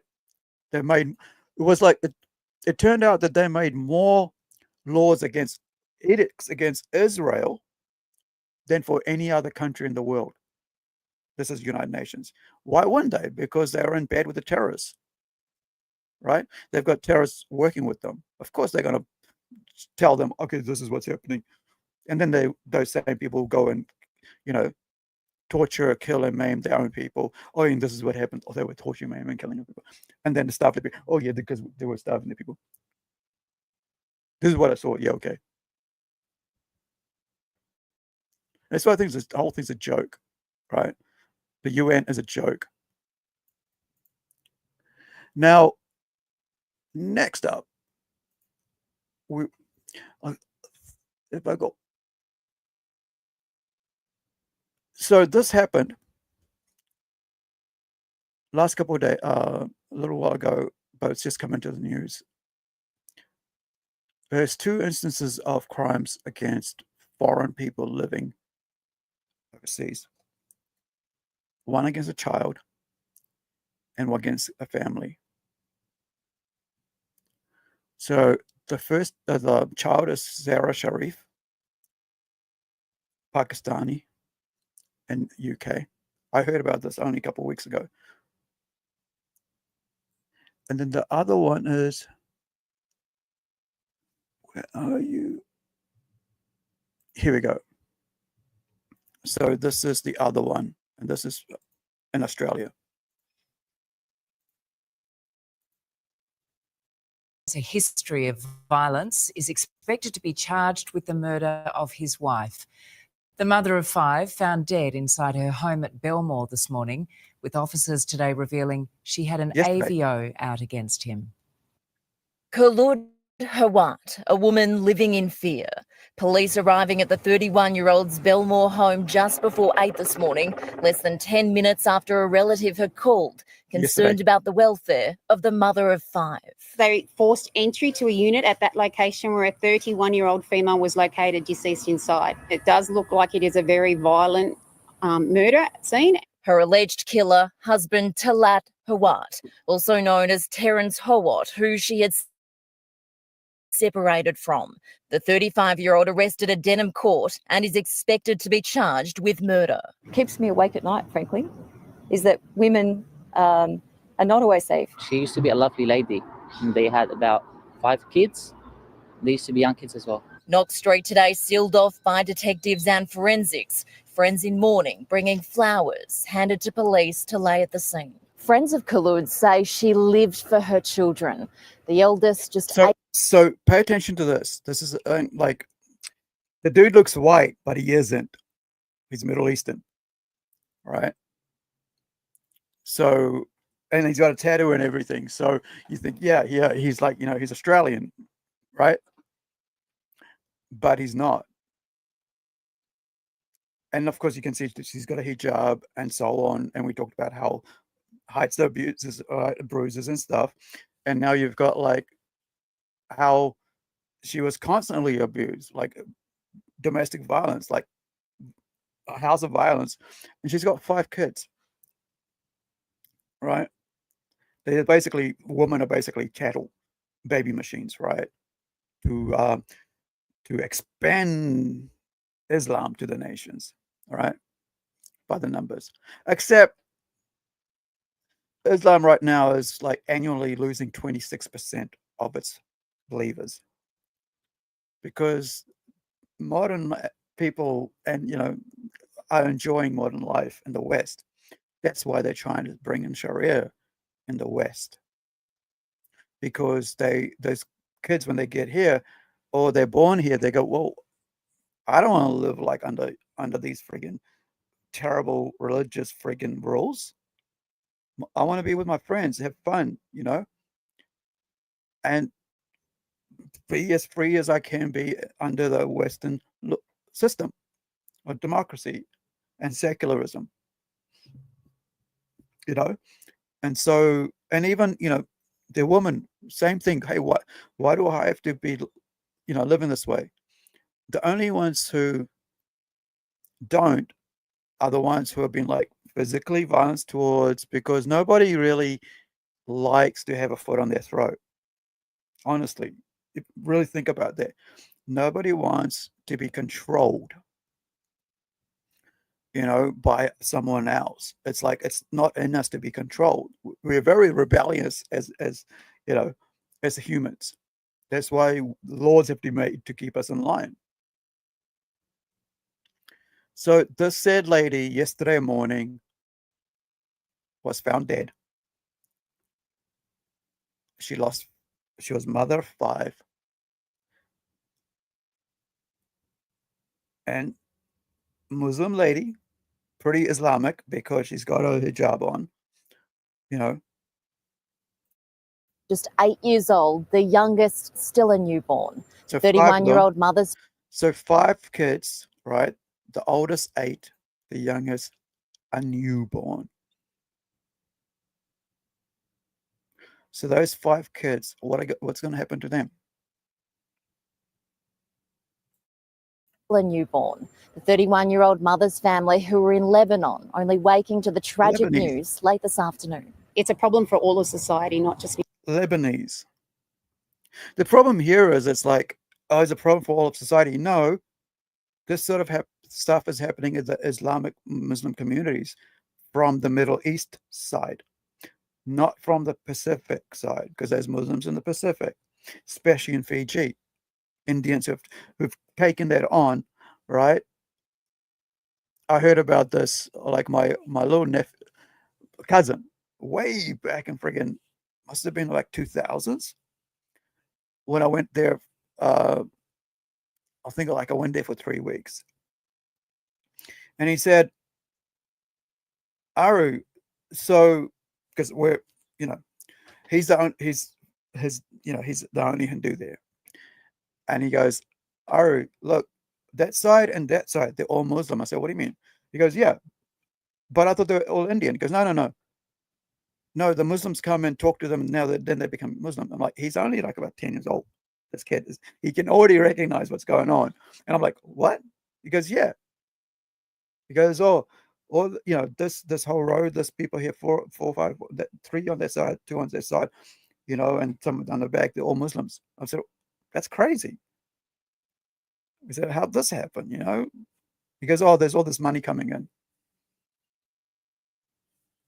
And the Indians, they want that money. So it's basically Indians in Fiji were getting bought into religion, Islam, right? Due to money coming in and being given money. Come to us. You'll have a better life if you become part of our religion, and we'll give you some money. If you need money, yeah, right? Charity, right? Because you got to help spread your gospel, right? Your religion. So, charity's charity, but yeah, no, this is actually handing out money. But the idea that, like, it's pretty weird that like one group of people are committing so much horrible crimes against their own, and then, against others, but mainly against their own. Not just New South Wales Police, but it's a tragedy when things like this happen and there are children involved, children with no parents now. In Belmore. She wanted to live a modern life, free from all that, and she's lost her life over it. Right? Forced into wearing the hijab, forced into living under the thumb of her husband, forced into being a baby machine. Now she's dead due to his violence, and her 5 children have no parents, no mother now, especially no mother now.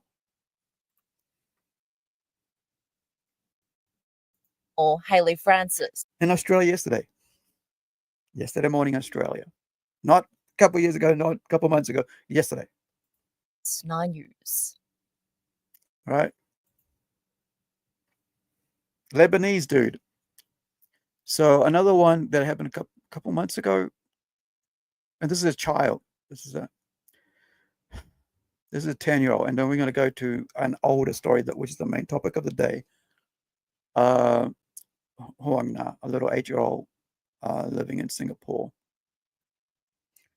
and I kind of we'll talk about this, right? We'll get into it a bit more once we get there. But this one shocked the hell out of me. This is a Pakistani family, and look at this little girl.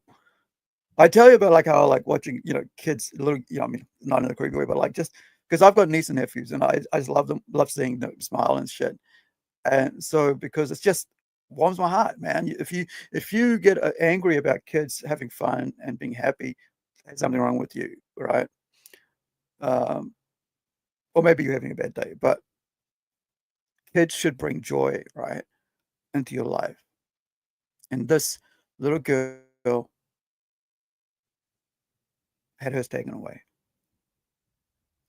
Sarah Sirif's harrowing abuse left 10-year-old burnt and beaten whilst family fled to Pakistan.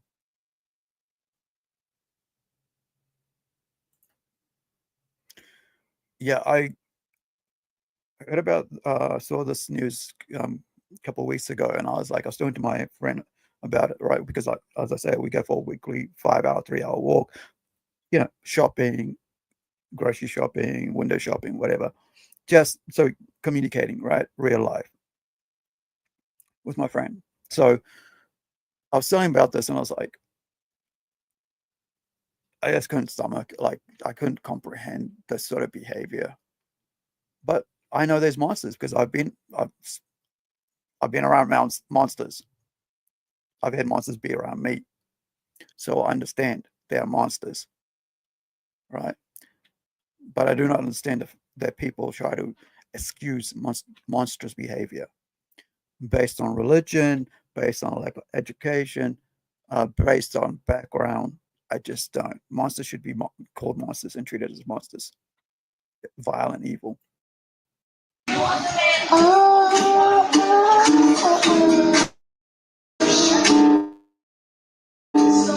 An innocent 10-year-old girl, her life stolen by those who should have protected her. Sarah Sharif was a bubbly girl. Teachers in Woking said she was confident and full of ideas. But her smile was extinguished. Her body was found with dozens of injuries at her family home in August last year. She had been brutally killed. No one else was in the house. Her family had fled to Pakistan, seen here arriving for a flight from Heathrow. Sorry. I always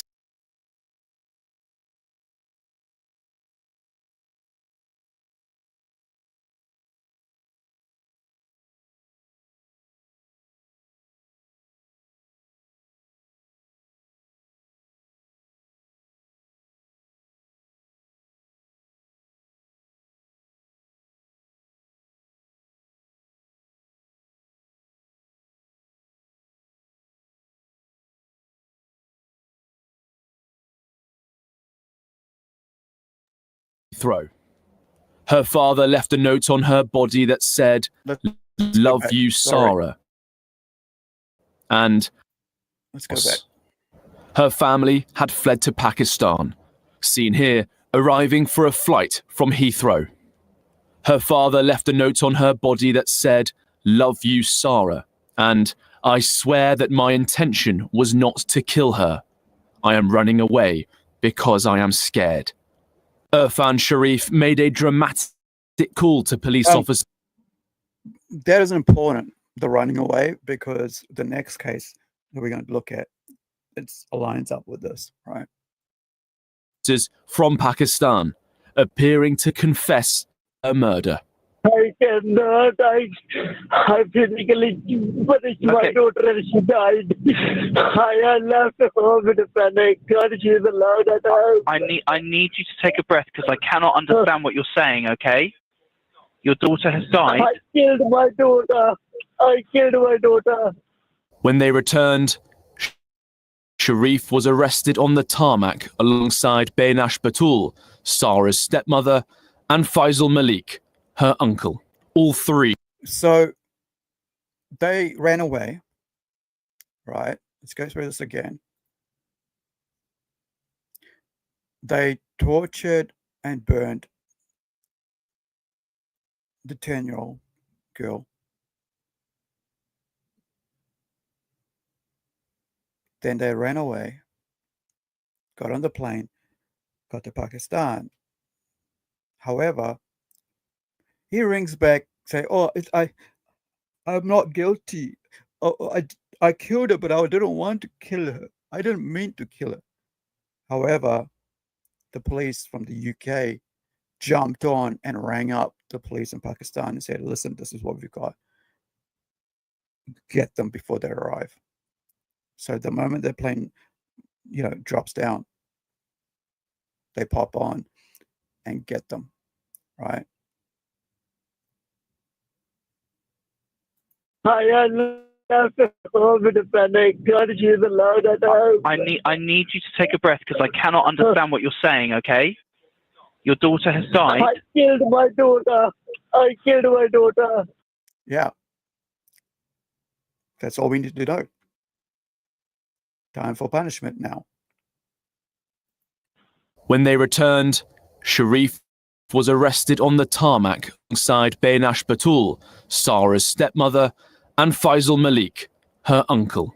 All three denied murder or allowing her death. Can you tell us, please, what happened to Mary? These monsters, right? These three monsters tortured a 10-year-old girl. And the bleeding hearts will tell you, they must have had some terrible things in their lives, or they just were uneducated, or maybe there was some mental illness, because, hey, isn't that what we always use? Or it's because they were mentally ill, or they, or maybe what? Maybe what?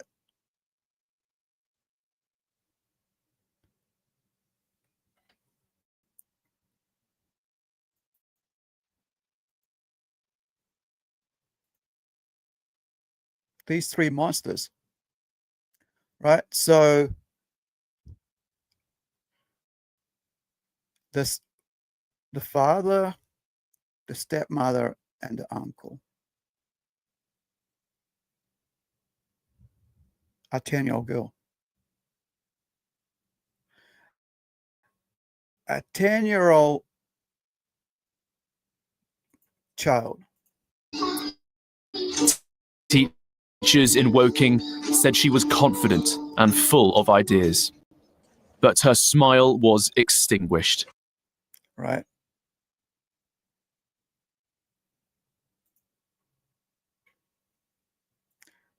So these three Pakistani monsters living in UK, enjoying the benefits of living in Western society, the economical thing, because I know that's why people go to other countries to live, is because of money. Very low minority use refugee status. Oh, it's terrible in my country, and something might happen to me, then I won't think. But of course, there are people who use that to actually get away from crime in their own country, right? Not crime, but I mean from doing time in their own country, right? So they go, "Oh yeah, if I go back, this will happen," And even, like we've said, like a lot of young, well-bodied males are going out into the Western countries and causing mayhem now. Able-bodied man, all right? Murder or allowing her death. Can you tell us, please, what happened? मेहरबानी करके हमें बता सकते हैं कि क्या हुआ था? No comment. What's your understanding of murder? What's your understanding of that offence?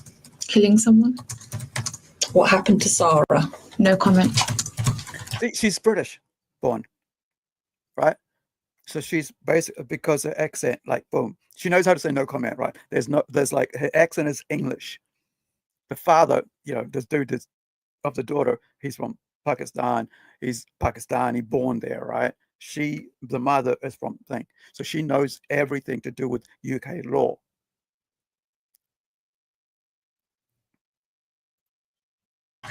Who is responsible for her death? और उसका जिम्मेदार कौन था उसकी मौत का?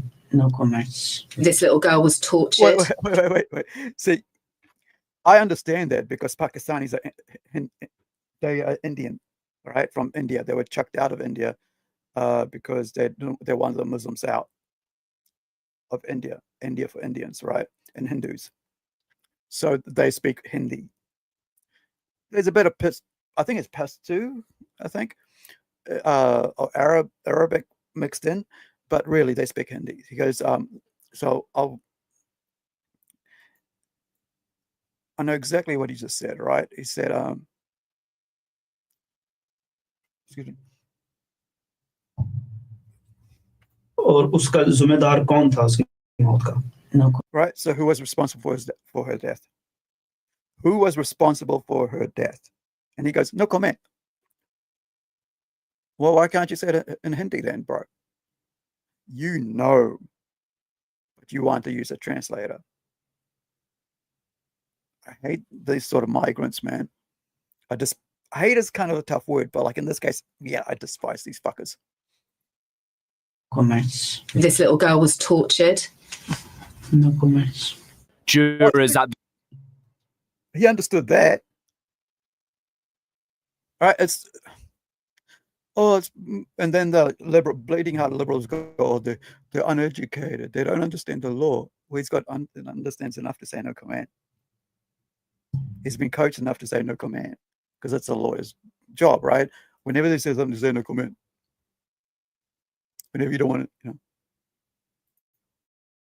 the Old Bailey trial heard about the campaign of abuse inflicted on her. They learned that Sarah had been hooded, burned, bitten and beaten during more than 2 years of violence. Sarah... 2 years. This little girl for 2 years was tortured by this family, by the father, by stepmother and uncle for 2 fucking years.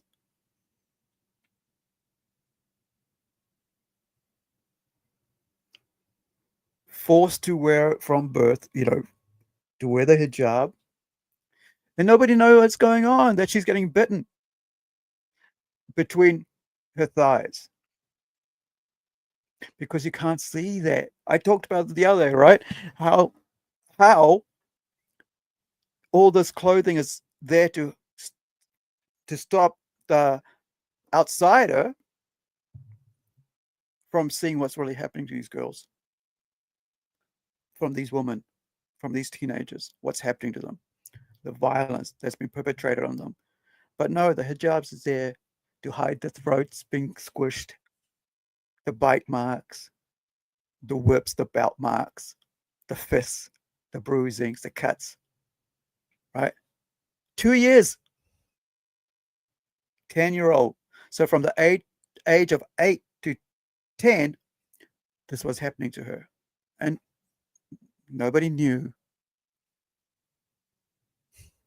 Nobody knew because everything's hidden but the face. So they see no marks on the face. How much worse is it for those ones who you don't even get to see the eyes of? By the way, we're going to be looking at like the part 2 of the Google thing. I realized the other day that I forgot to play the Google part of the AI grooming thing, right? Child abuse grooming thing. But so we're going to do a part 2. I was going to do that today, but then this thing came, Huang Na documentary came up. So one thing that I had for that was, oh gosh, now I forgot it. Sorry. I'll probably remember it in a second. But and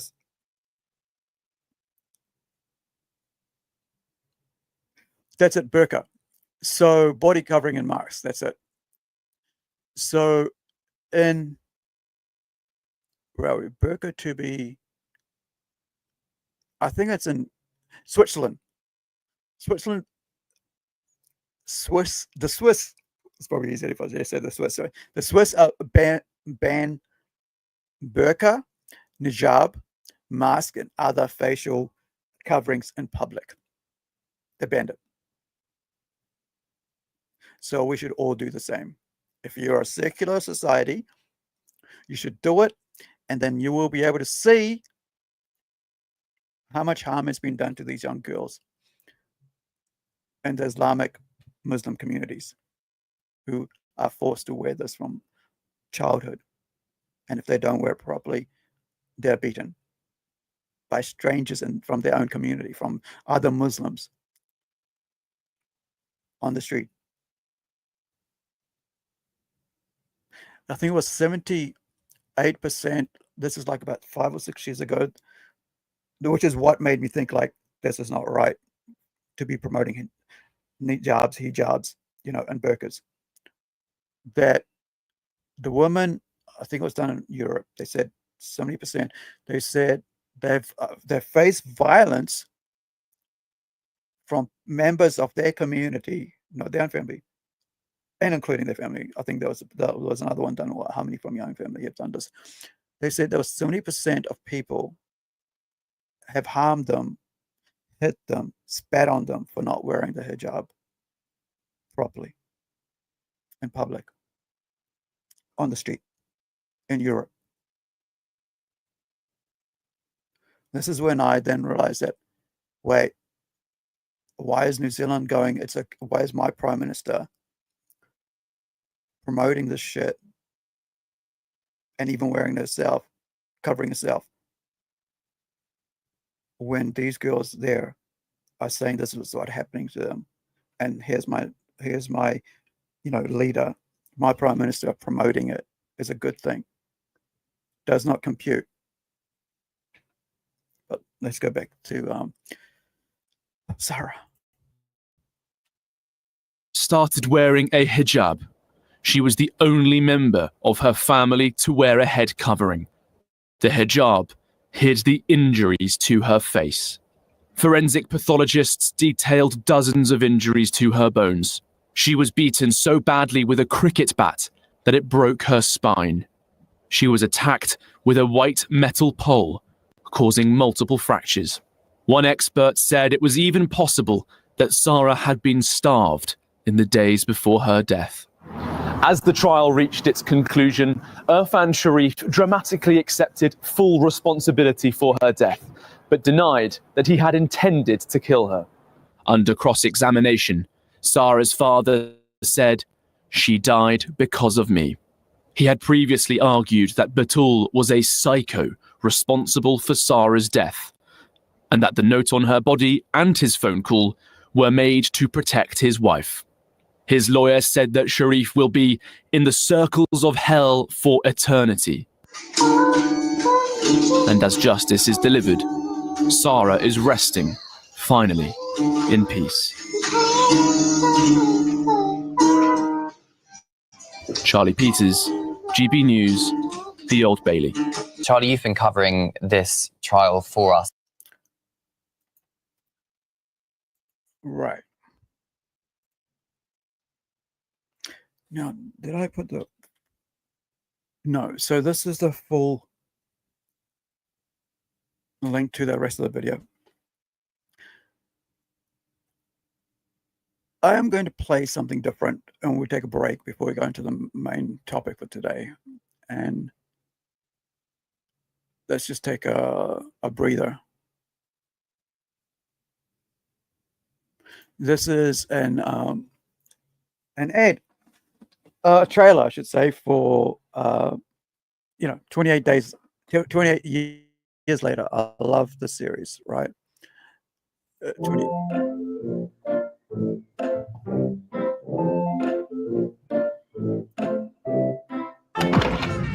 Sit here. Auntie, what's going on? Jimmy, sit still, keep quiet, and do not move from this spot.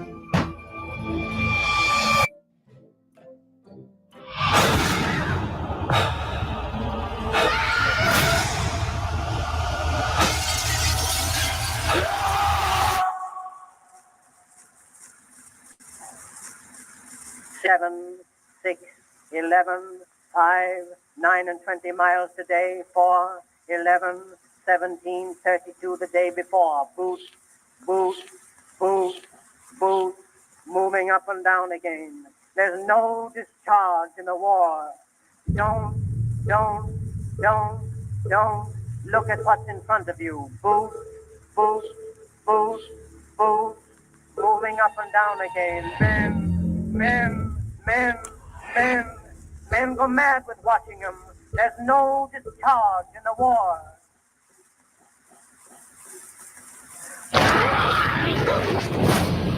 If your eyes drop, they will get the top of you. Boot, boot, boot, boot, moving up and down again. There's no discharge in the war.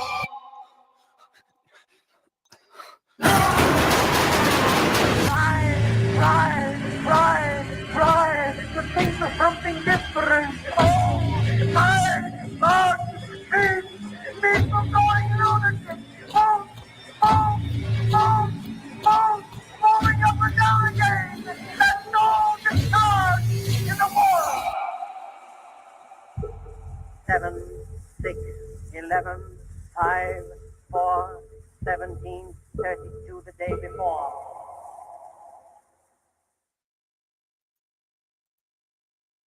I have the DVD somewhere, like I think it's a box set or something. It's probably hidden in this lot here in front of me on the shelf. But looking forward to that. I'm gonna have to go see it at the cinema.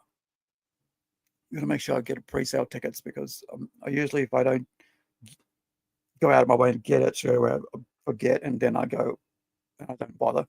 But I really want to see that live. I mean, not live, but I mean at the cinema. So I'm going to play a documentary. And this is about the murder of Huang Na. So before we go there, I'm just going to bring up a bit of background. This is Wiki, but we've got other stuff as well that we're going to be looking at. The entire documentary, the half-an-hour documentary that was made about this case. So here's a quick background. Huang Na, Chinese, family name being, her name's, first name being Na.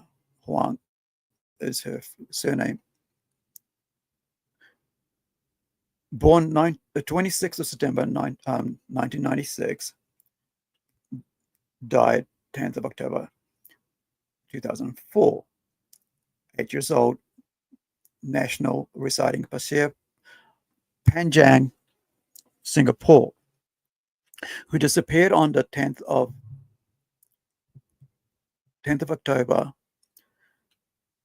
well, basically 20 years ago, right? 2004. Her mother, the police, and the community conducted a 3-week nationwide search for her. After her body was found, many Singaporeans attended her wake and funeral, giving by contributions towards funeral costs and gifts. In a high-profile 14-day trial, Malaysian board took Lang Hao, Zhao Lang Hao, and I think it'll be like Lang Hao. Zhao Lang Hao would be like Chinese. A vegetable packer at the wholesale center was found guilty of murdering her and hanged after an appeal, and a request for presidential clemency failed. Now, you know how hard I am. Like, I mean, my stance on this sort of crime, right? With Chipper.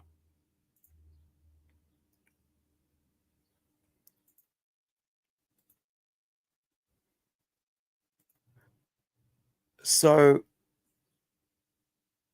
we're going to look at the documentary. I'm going to play the documentary on its own, and then we'll stop and start as usual. But I think, you know, we will, you know, go from the start. And again, I am going to give a content warning because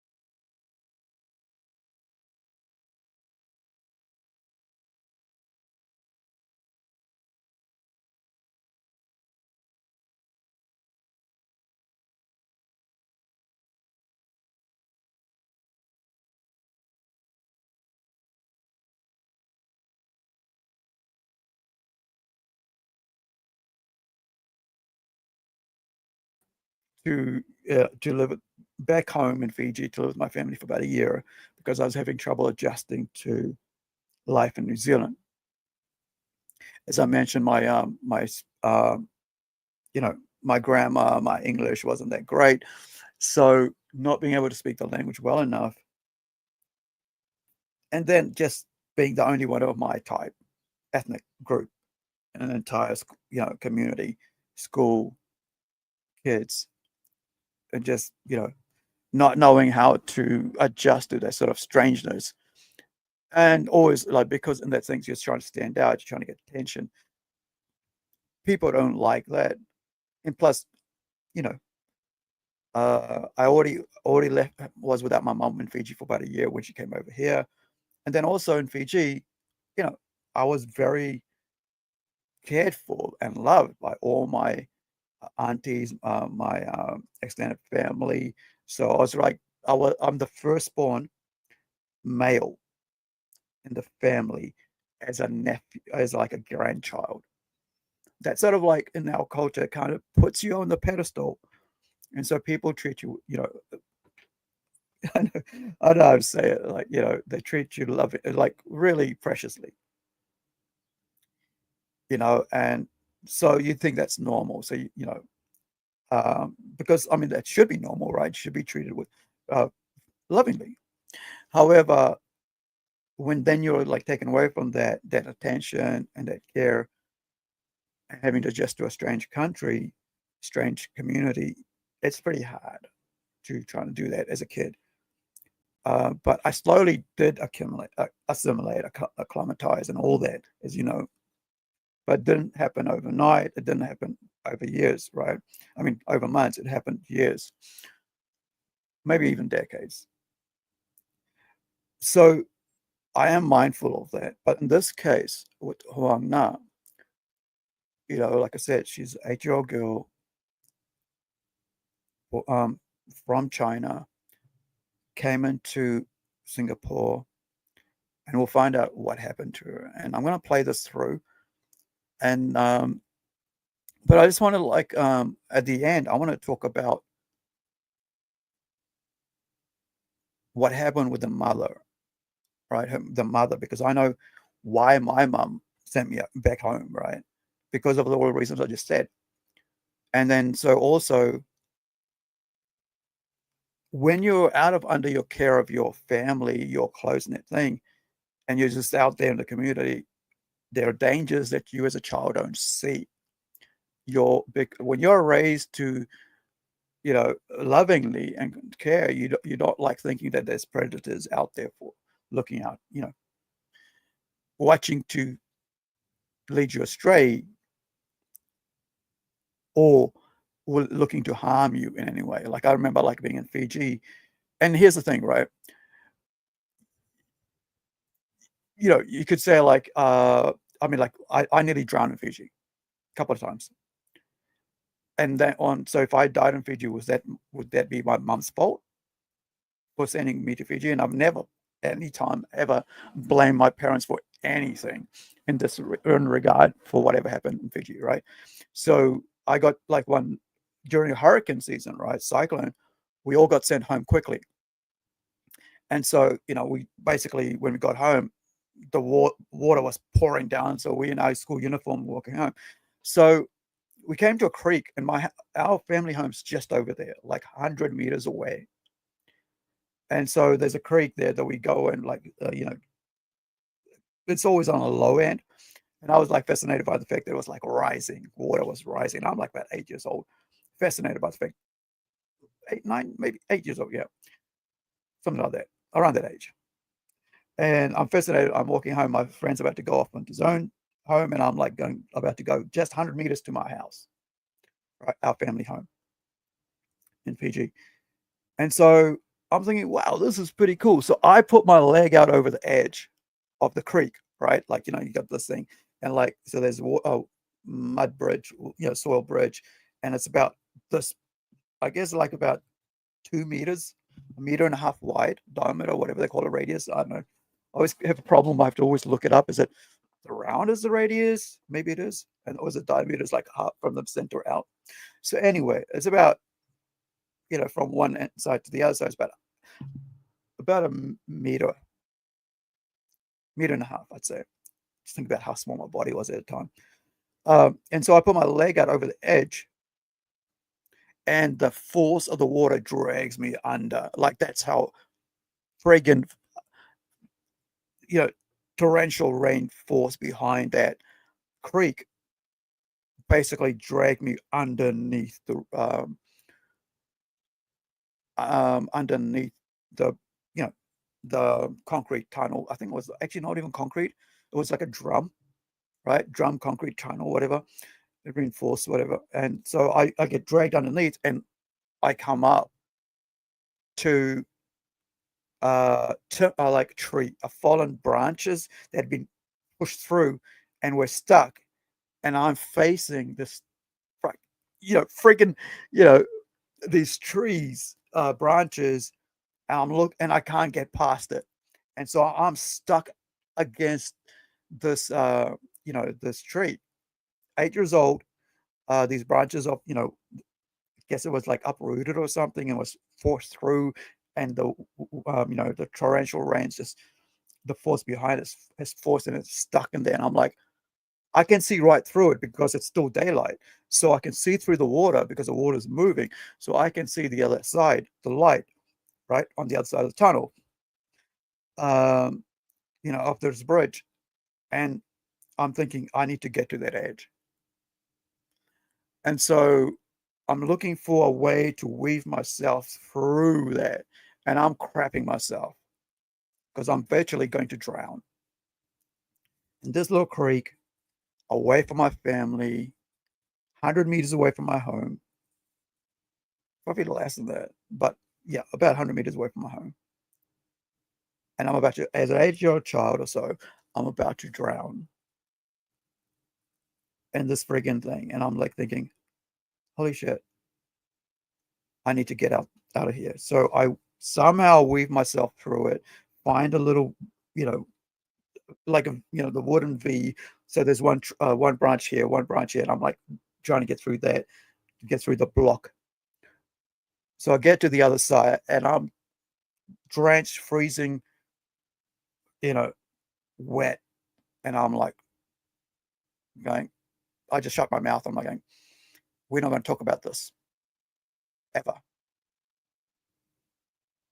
And that was it. And my friend went off to his home, and I walked up to the house. I'm all waiting because, I mean, by the time I was already wet anyway, because that's why we got sent home from school, because cyclones was coming out, and we were like, oh, you know, get home, everybody. And so that's how I was already wet, but not drenched. Now I'm like basically drowned wet, right? So I just turn up to the house and say nothing. far as I remember, I said nothing. So my aunties, my grandma, my granddad, who are home at this point, know nothing about what's happened to me. That I nearly come like to losing my life while my mum's over in New Zealand and my dad, and I'm just here in Fiji. Right? Well, they're in Fiji. So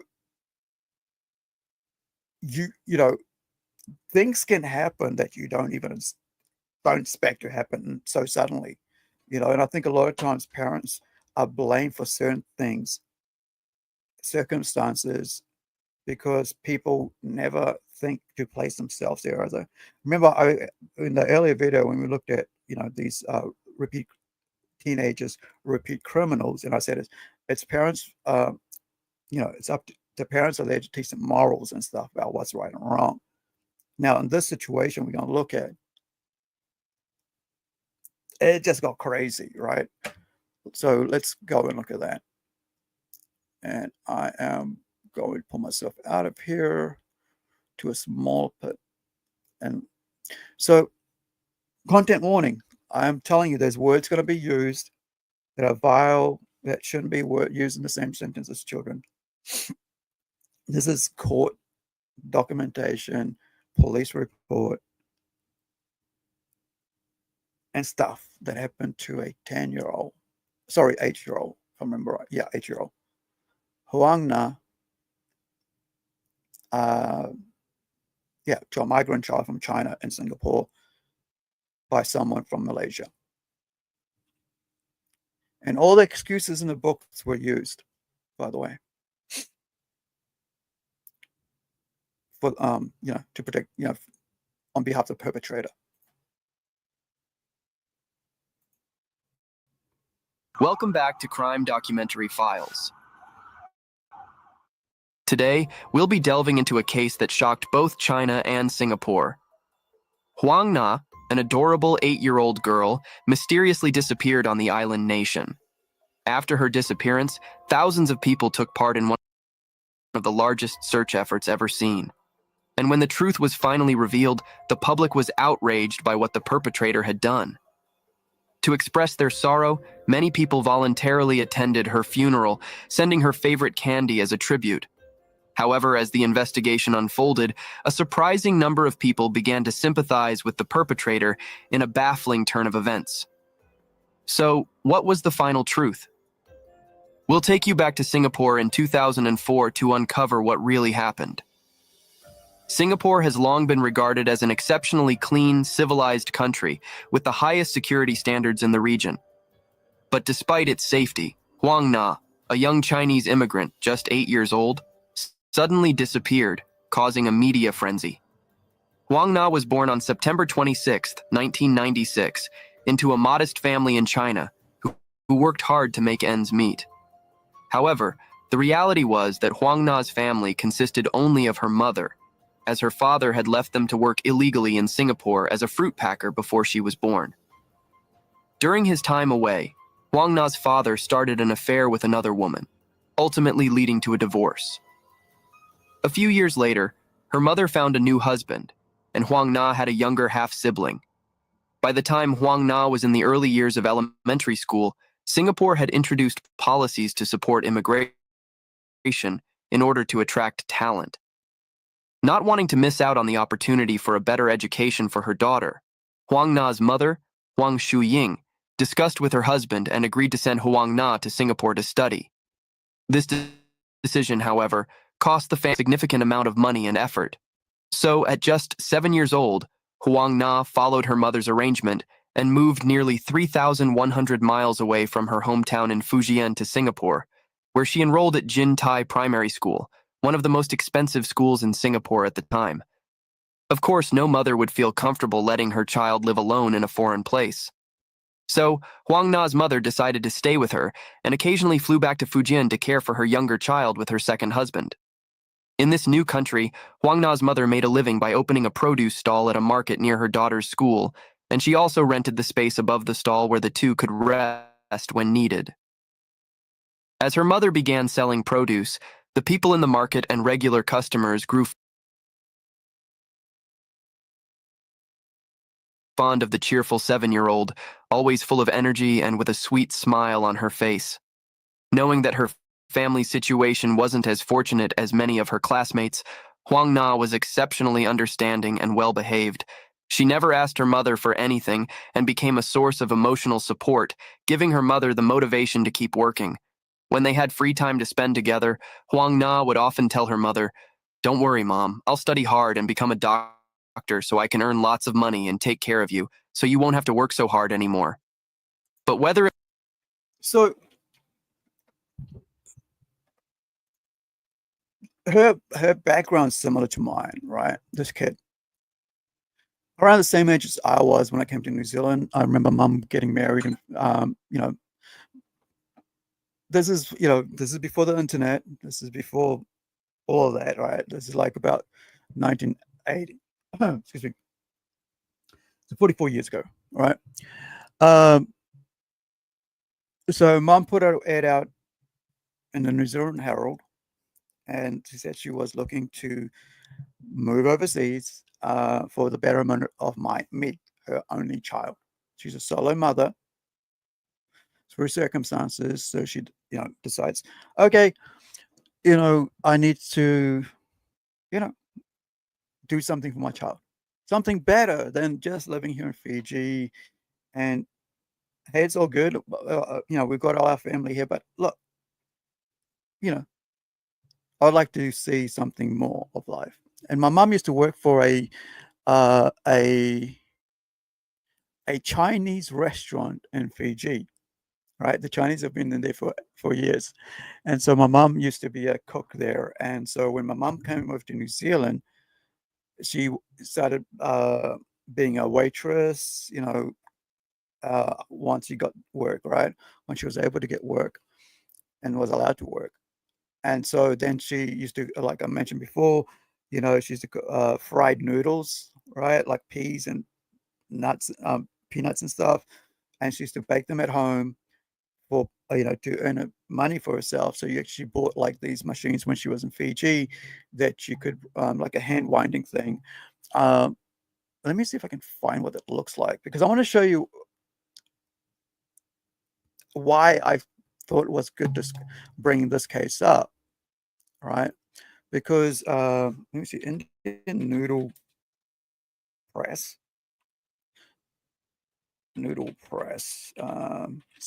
hand ranch. So this is what my mum, hopefully it will come up. This is what my mum used to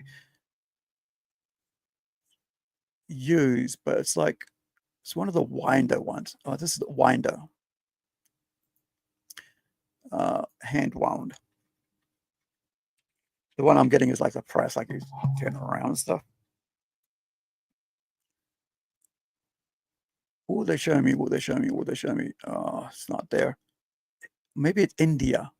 Maybe they told India fried.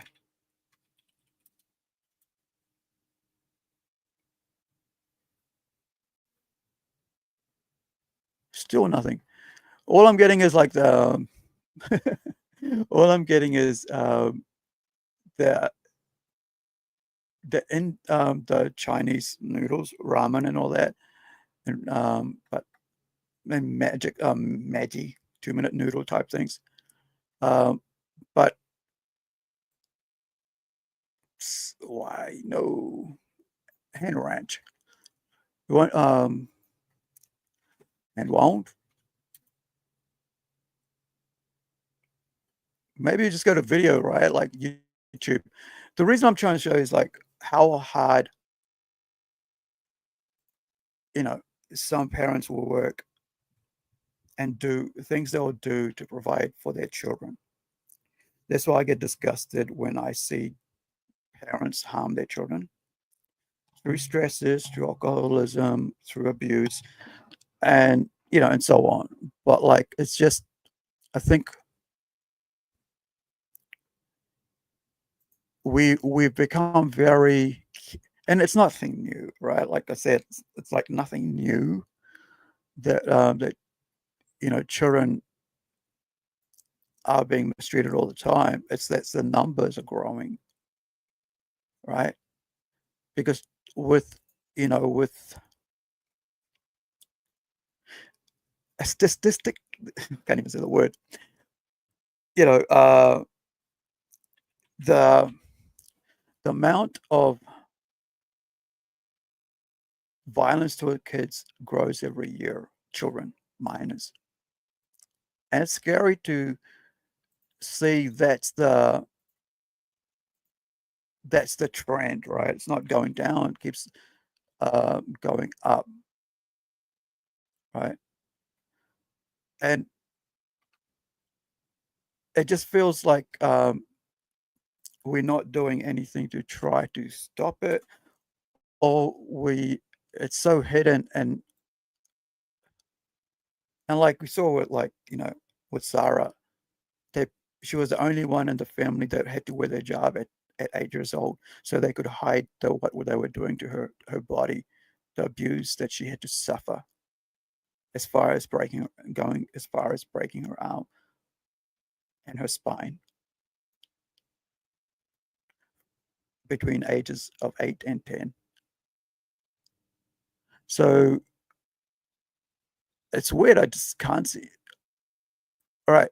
So this is like here we go. All right. Sev, is that what they call them? I just wanted to show you this so you know what I'm talking about. I mean, when I'm saying this is what my mom used to make, right? As to part-time. We'll go back to Huang in a second. So my mom used to make this to sell in little 50-cent and 20-cent bags, like white paper bags, you know, envelopes, what do you want to call it, to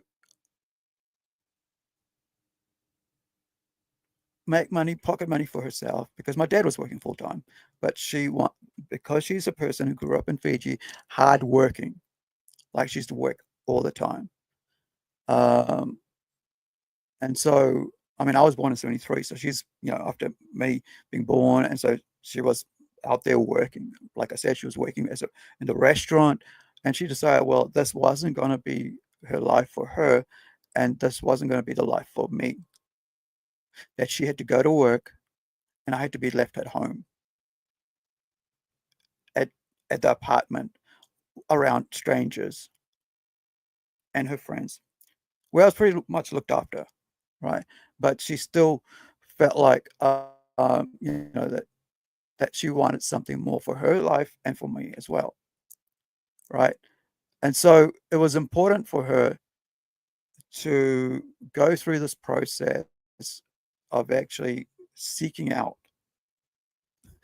through a newspaper, the national newspaper, New Zealand Herald at that time, about maybe it's 2980. I'm around about 7 or 8 at that time, 7 probably. I didn't even know this is what mom was doing. And then mom comes, I guess, hey, look, comes home one day. Here's a letter. I guess this is what's going down. I know exactly where I was sitting. I was sitting in my grandma's house, the family patriarchal home, and not, must have been a weekend, because she worked in the daytime, in the weekday, sorry. And then I would go to school because I stayed at this time. I used to stay at the house, at the family home in Nandovi, and mum used to work in Nandi Town, which is like about 10 minutes, 5 minutes by driving, maybe even 15. And then she would, you know, and sometimes then later she actually moved into an apartment. Then I would live with her, and that was about 5 minutes and on the bus route straight into town, like only about 5 minutes, you know, out of where she worked. And so yeah, so she's deep fried noodles, right? And all this peanuts and all that other stuff, and she would make them herself. I think, was there a press here? Yeah. So she had this, but then at this other time, you know, she went and found a bigger one, which is like a ranch. So I actually used to help her do it the night before, and then she'd fry it up. Like she'd do all the mixing, and then she'd fry it up, and then put it in a bag, and then she'd turn up. I mean, not put it in the bag because the oil would get out. So she would turn up the next day around morning tea or lunchtime and sell it in my primary school. She did that for about 6 months or something, and then she was able to get work. All right. So let's just watch this. So just so I want to show you the things that solo mothers and mums will do for their kids. And as you saw, Huang Na's mum, right, was doing so much. She's like, okay, I want to provide better life for my child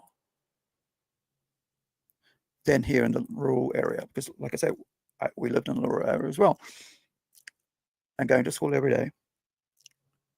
But and in the meantime, she's like, at home and making this stuff up, pressing it out, squeezing it through, hard worker. Like I said, she was already working hard in the kitchen in the Chinese restaurant in Fiji, right? And so after this, she would then get the larger ones. I mean, the more bigger thing, ranch, bronze kind of like thing. And then the same thing, like all that stuff, like that flashes on you, man, like crazy, like, in your face, because it's basically wet noodles going into a hot frying pan and the oil just fries up for you. So this, that's what we're doing. And that's what my mom used to like, drain it out. And the next day, take it from the bowl, put it into little packets and bring it to school and sell it for 20 cents and 50 cents. And that'd be her making money, basically earning an income for herself. So let's get back to Huang Na, because, I just want to show you, like give you an idea of what, rural mothers, migrant mothers, ethnic mothers do.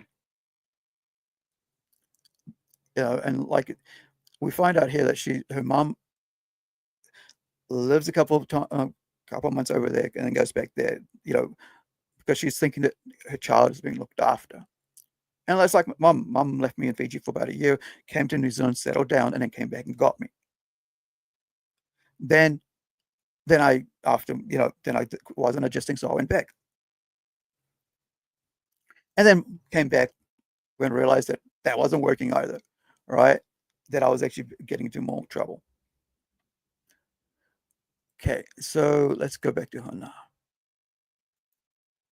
So I just want to just refresh, right? So she's to keep working. When they had free time to spend together, Huang Na would often tell her mother, "Don't worry, Mom, I'll study hard and become a doctor so I can earn lots of money and take care of you, so you won't have to work so hard anymore."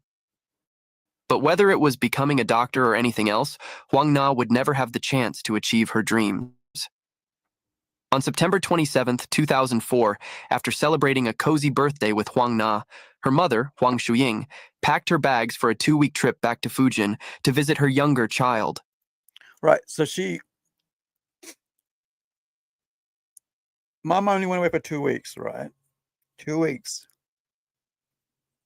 That's important because, right, how quickly things turn.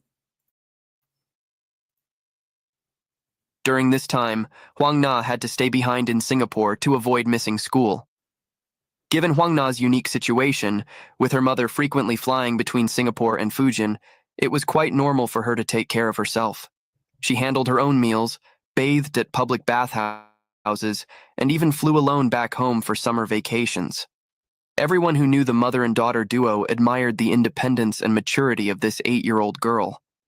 So, when her mother left for this trip, it wasn't anything out of the ordinary for the two of them. Before that was me as well, like independent as shit. Like, I mean, it's weird that I just survived that, right? To a certain extent, because I would go anywhere and everywhere. Right, we'd go down to the beach, we'd go down to the creek, like I mentioned, like I nearly got drowned, like, came like, oh, that was only my first near-death experience with water. I've had other near-death experiences, but that was my first one with water, right? But like we used to go run around out into the freaking wops, right? Into bushes, into the freaking mangroves, with the other kids my age, and just go have weekend, man. Like, and I've always been like that. Like even when I was in New Zealand, I used to always take off because it's just I found, just go play, right? been all week at school, so now let's just go ride our bikes, get on our skateboards, and I've done that forever. I don't do it anymore because I can't, because my physicality and movement, lack of movement, I can't even freaking run. Let alone, I can't walk on without a cane, but let alone run, right? But when I was young, I'd get into so much, hiking and shit, and just going for miles and miles. And because you're discovering stuff, you're finding out things, you make up games in your own head with your friends, and you just, but in Fiji, we didn't have bikes. Right? All you had was a can with stones in it and a wire, kind of wrapped around it, and you're dragging it along behind you, or a soccer ball. Or if you're lucky, you had a car or two. Sadly, my Lego that my dad bought me was all gone, swept away into the dirt. I'm sure that if even now, if that our compound in Fiji, our patriarchal home, got dug up, you'd find Lego in the dirt from 40 years ago. So, the other thing about this is that Asian, non-white, right? I guess to a certain extent now, before in the 80s until like the whole, devils and witches and Dungeons Dragons crazy shit took off in America and pushed like, oh, be careful about your kids getting, kidnapped and stuff. Rightfully so, but they overthinked it. And so everybody after that all around the world basically became very protective of their European kids in the West. Not just European, but Western kids, right? And so, you basically, they didn't go anywhere that your parents knew. Whereas Gen Xers, we grew up with our parents not even knowing when we'd be home. As long as all we knew was that we'd be home as we saw the sun setting, because it was dinner time. Right. And this is 20 years for her. So, she's among people who speak a language. She, her mom, has made friends. She does this, she goes back and forth, like trying to provide and create a better future for her. And plus she's got her child back there who isn't able to come as well, right? Leaving, Huang Na's mother entrusted her daughter's care to a roommate named Li Shu Khan and gave her 100 Singapore dollars to manage her own expenses. So for those 2 weeks, Mom's done this for me as well. It's like, hey, here's some money. Make sure so that you don't have to put it out of your own pocket, right? Here's some money. Make sure he's got food. This is what it's for. If he needs anything, I'm provided for. So I'm not a burden on the rest of the family as an extra mouth to feed or to care for. So her mother did everything right. All right, and this is very important because her roommate gave the money, look after my child, because the roommate. So this lady knows the kid. She knows Na, and she knows that Na is basically what she's like. And so, they're friends. She wouldn't just leave her with a stranger. She's left her with, like with me, I was left with a family, right, back home with my uncles and aunts and my cousins, right? During the 2 short weeks. On October 10th, nearly 2 weeks after her mother had left, Huang Na sweetly told her aunt, Li Shu Khan, that she wanted to call her mom. Since this was a common request whenever Huang Na missed her mother, her aunt had no concerns about letting her go alone. Around 1:30 p.m., after informing her aunt, Huang Na quickly went to the nearby payphone to call her mother.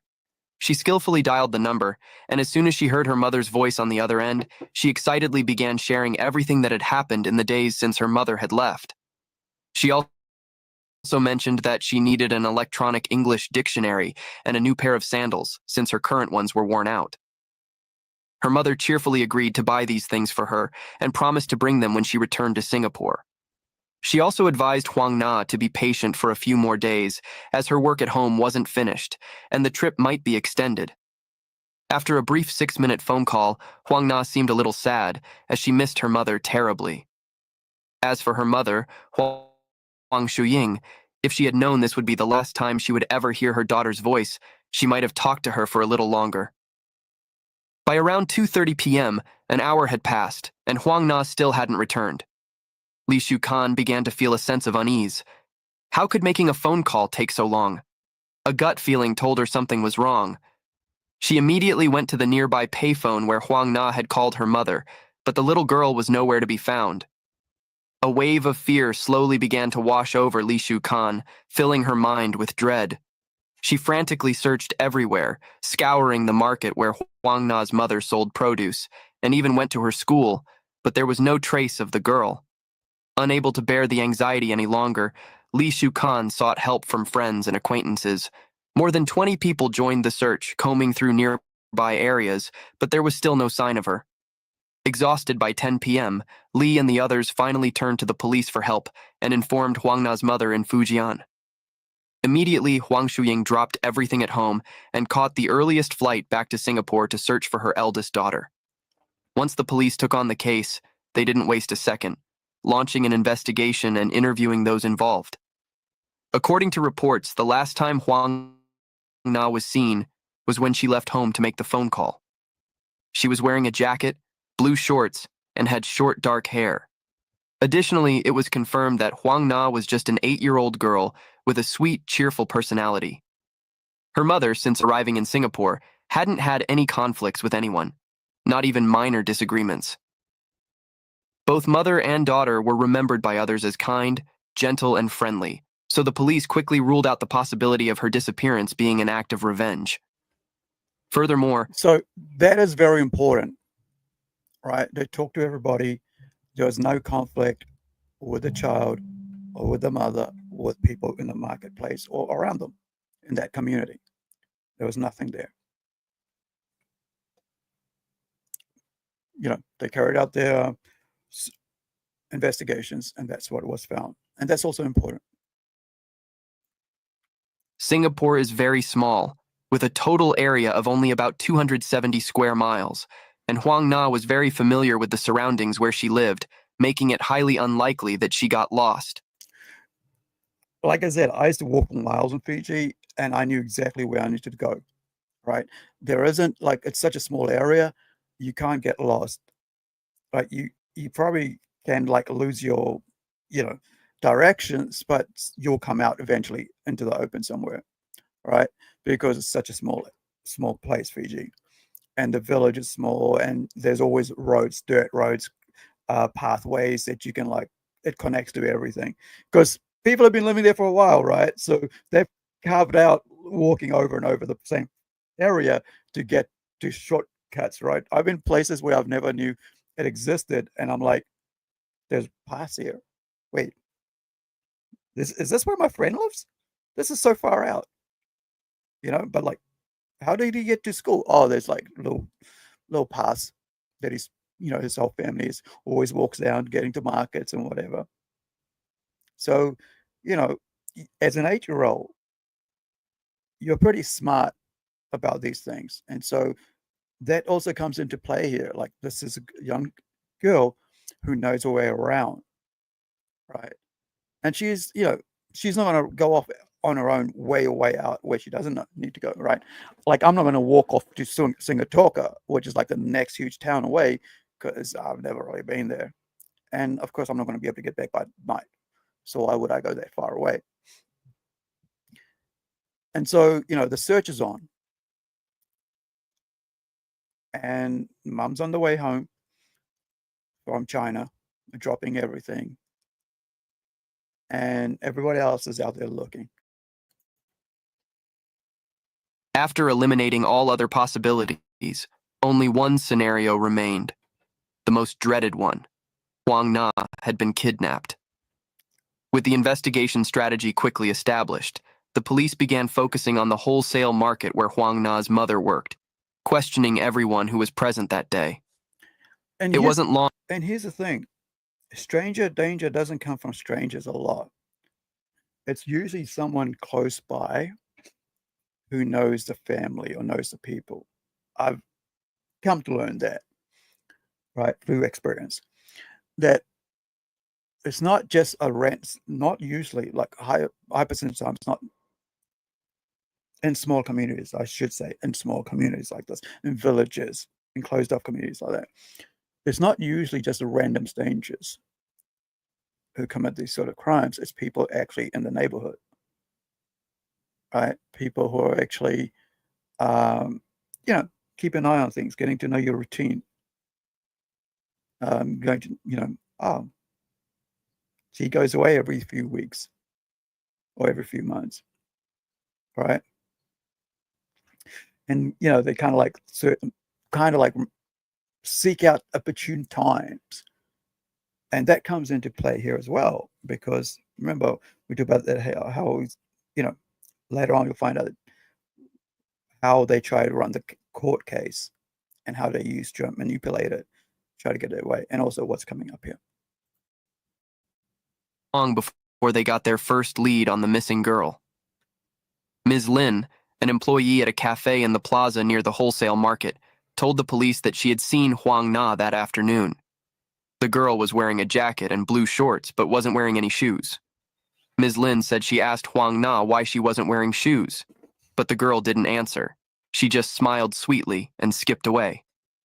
Several other people in the market also reported seeing Huang Na that afternoon. They said she had been with a man they were all familiar with. They agreed he was a young man, only in his early 20s, who wasn't particularly bright and worked a simple job packing goods. He frequently spent time with Huang Na and was very fond of her, treating her like his little niece.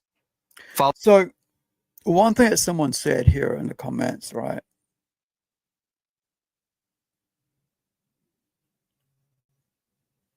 I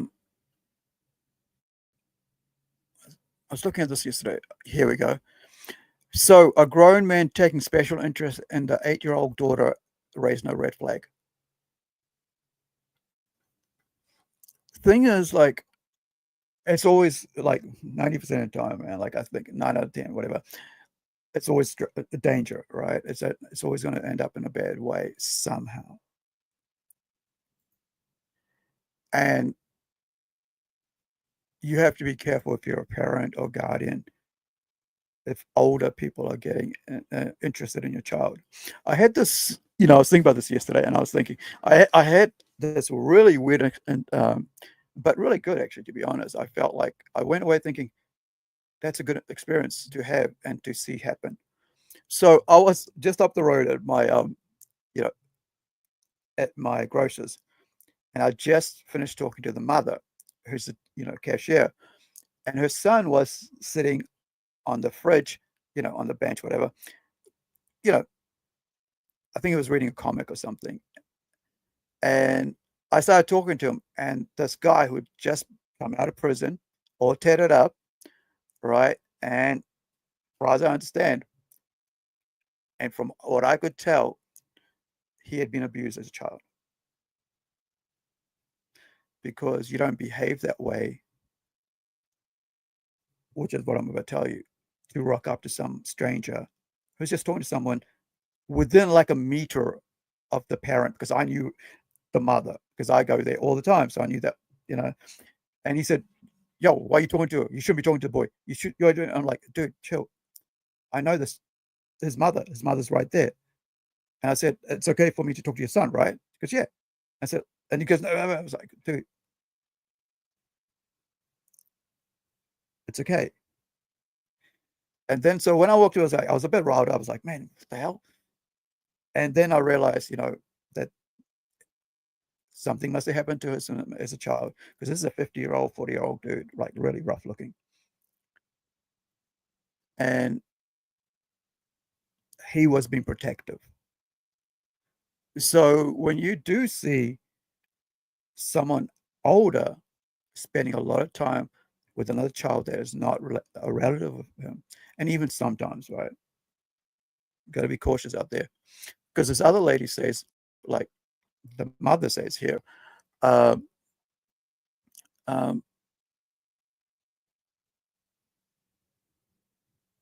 here we go. There she is. She goes, all right. She goes, I trust no one with my kids, not even my own family. My girls are just too precious in my world, and to let them out of my sight, precious to let them out of my sight.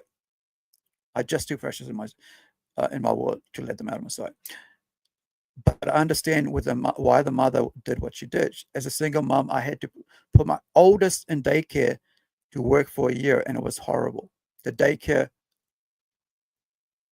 I think she says she wants to say fucked, right? But it was fucked, right? Daycare was fucked, but it was my only, because she says tucked, yeah. But it was my only option. I had no family or friends near, and had to work to provide a roof and food. I was a nervous wreck the entire year. We mamas do what we have to. We don't expect an evil, vile piece of shit to hunt our babies. Right?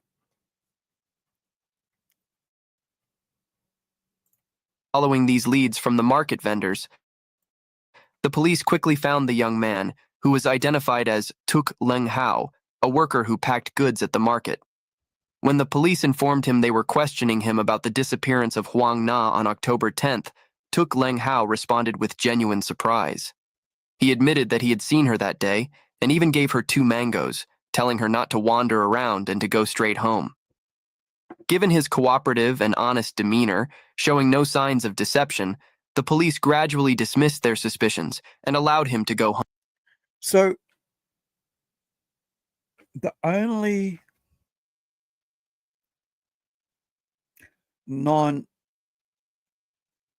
the sense, non-family member, like the only one that the mother trusted and left the child with is the roommate, right? And she was taking care of her, right? She looked after her really well. It was only within that 6 minutes, after that 6-minute phone call, that she was out of her sight. After she was supposed to come back, she didn't come back.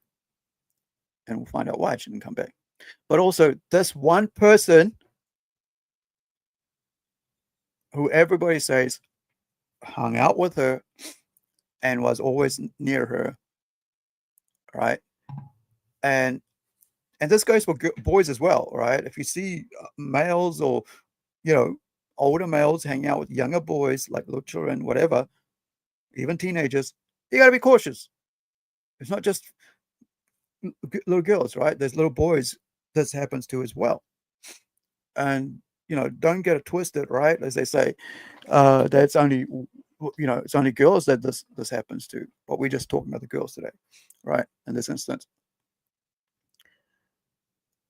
Because violence by monsters is perpetrated to everyone, right? Home. During this time, while the police were actively investigating, Huang Na's mother wasn't sitting idly either. For days after arriving on October 12th, she printed stacks of flyers with her daughter's face on them, handing them to every passerby on the street, constantly asking if anyone had seen or heard about her daughter. But that wasn't all. Huang Shuying didn't allow herself even a moment of rest. She searched construction sites and water pipes, tirelessly walking from dawn until long past midnight every day, never stopping, fueled by the faint hope that she might find her daughter and bring her home.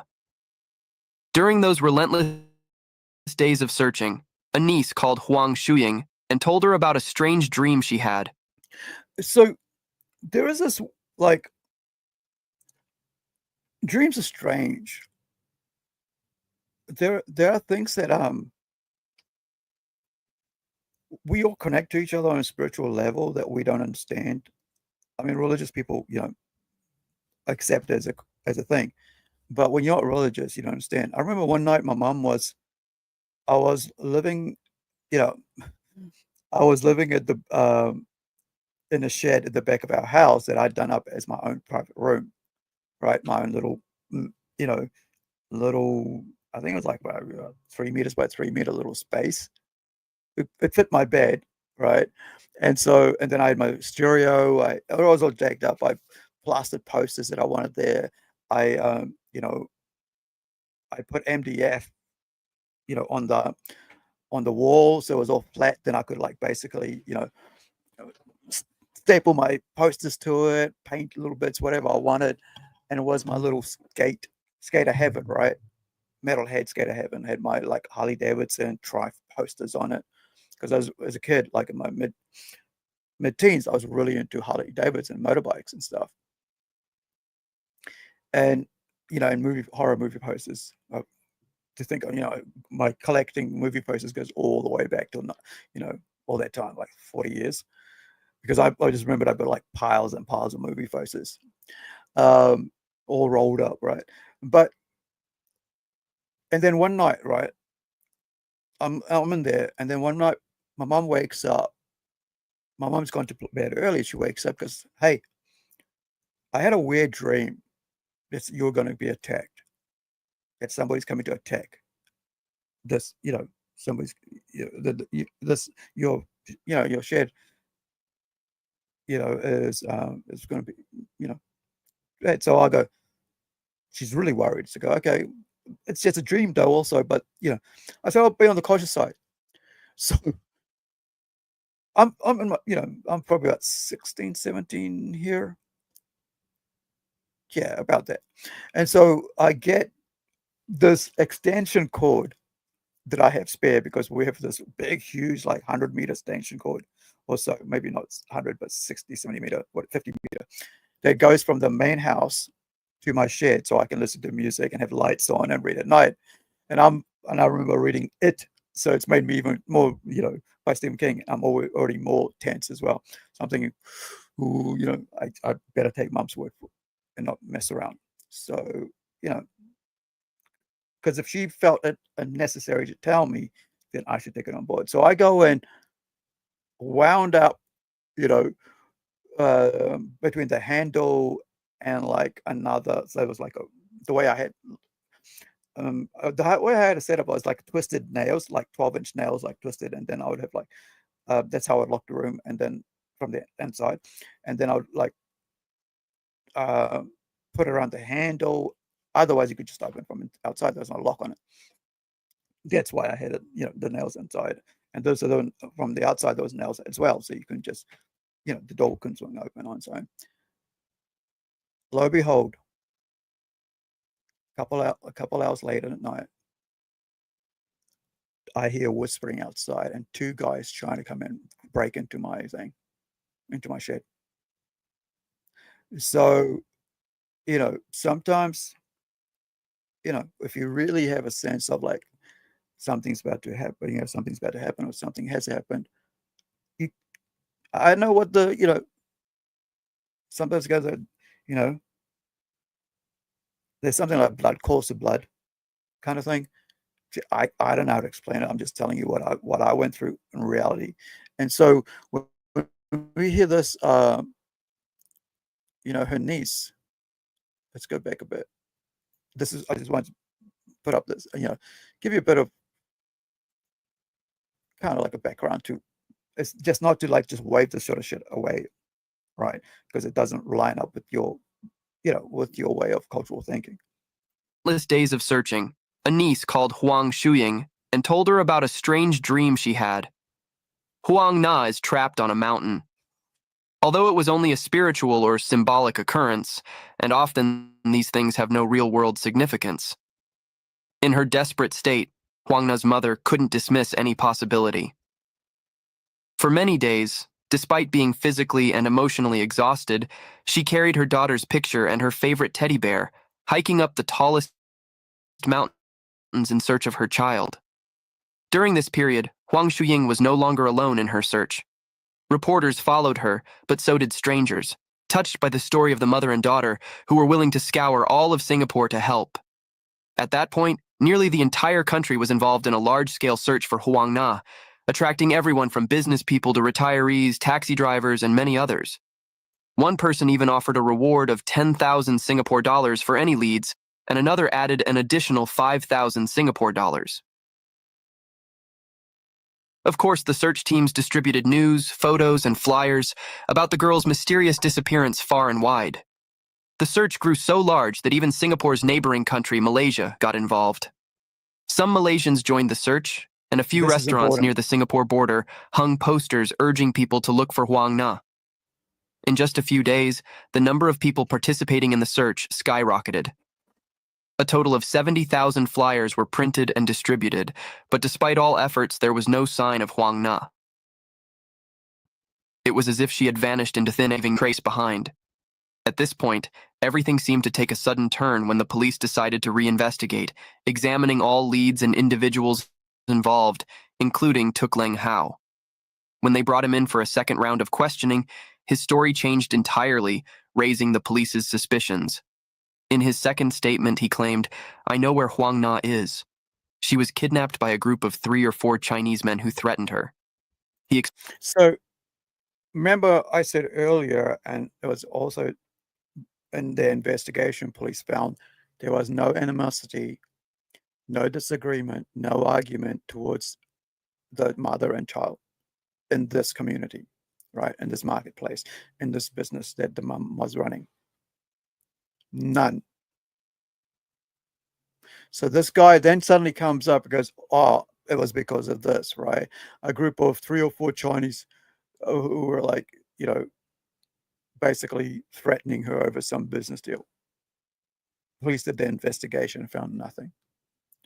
Yet, this guy then, their first suspect, has been interviewed, who they let go, but then realized that, well, maybe we should look at him deeper, right? She was kidnapped by a group of 3 or 4 Chinese men who threatened her. He explained that this was a result of unresolved conflicts that Huang Na's mother had with others at the market, leading to her daughter's abduction as an act of revenge. After providing this information, Tuk Leng Hao even volunteered to help the police by using his connections to contact the group and negotiate Huang Na's release. However, he explained that since he was summoned to the police station too early, he didn't have his phone and needed to return home to retrieve it. Though skeptical, the police agreed and assigned 2 officers to escort him back to his home. After retrieving his phone, they quickly placed him in a car to return to the station. Some like the weird thing about and you know, we talk about police on here and about how, you know, I've had my experience with police, not very pleasant, and some pretty cool pleasant ones, right? A couple of very, very bad, right? But I still on the side of police, right, to do their job. Even people who hate the police will call them first. People who even want them gone from society and non-existent in their jobs will call them first when they're in trouble. Their hypocrisy knows no bounds. But me, and I've had very bad experiences since I was, you know, a teenager with police, and then had good experiences as an adult as well as bad experiences. I still am on the side of the police, and I still believe we need them, and they do a good job in the community. Yeah, they're like in everything. There's bad apples. We know that, but they need to get weeded out. But we still. So here you see them like, okay, you know, we're going to treat you well. We're not going to get crazy. We're not going to like, you know, whatever. Let's go. You know, let's trust you and let's go do this. Right? Let's go get your you know, the numbers, your contacts that you have on your phone at home. I just realized it's so hot in here now. I'm like starting to boil. Apologies, guys, if I'm moving around a lot. But it's like middle of summer and I've got 3 lights on me to brighten up my room. All right, let's go. For a lie detector test. But at that very moment, something happened that was beyond the police's control. Hao took advantage of the police's trust. While being escorted, he requested a stop at a restaurant on Pasir Panjang Road, claiming he was hungry. After pretending to go to the restroom, he slipped away unnoticed. When the police realized he hadn't come out for a long time, they panicked and understood that Tuk Leng Hao had built their trust only to use it as a means for his escape. Naturally, when a suspect... This is also important, right? So remember the first time he went in and he said he told lies. He weaved a story that, you know, had nothing to do with it. Gave it to Mango. She went off and away. Then he gets called in. Oh, you know, it was this, these people did it. It was because of this reason. Police had already wiped out that there was, you know, close that reasoning out. Nothing was, there was no animosity towards the mom or the 8-year-old daughter. Then, so he wins over that trust. The police, okay, I'm going to cooperate with you, bro. Right, let's go.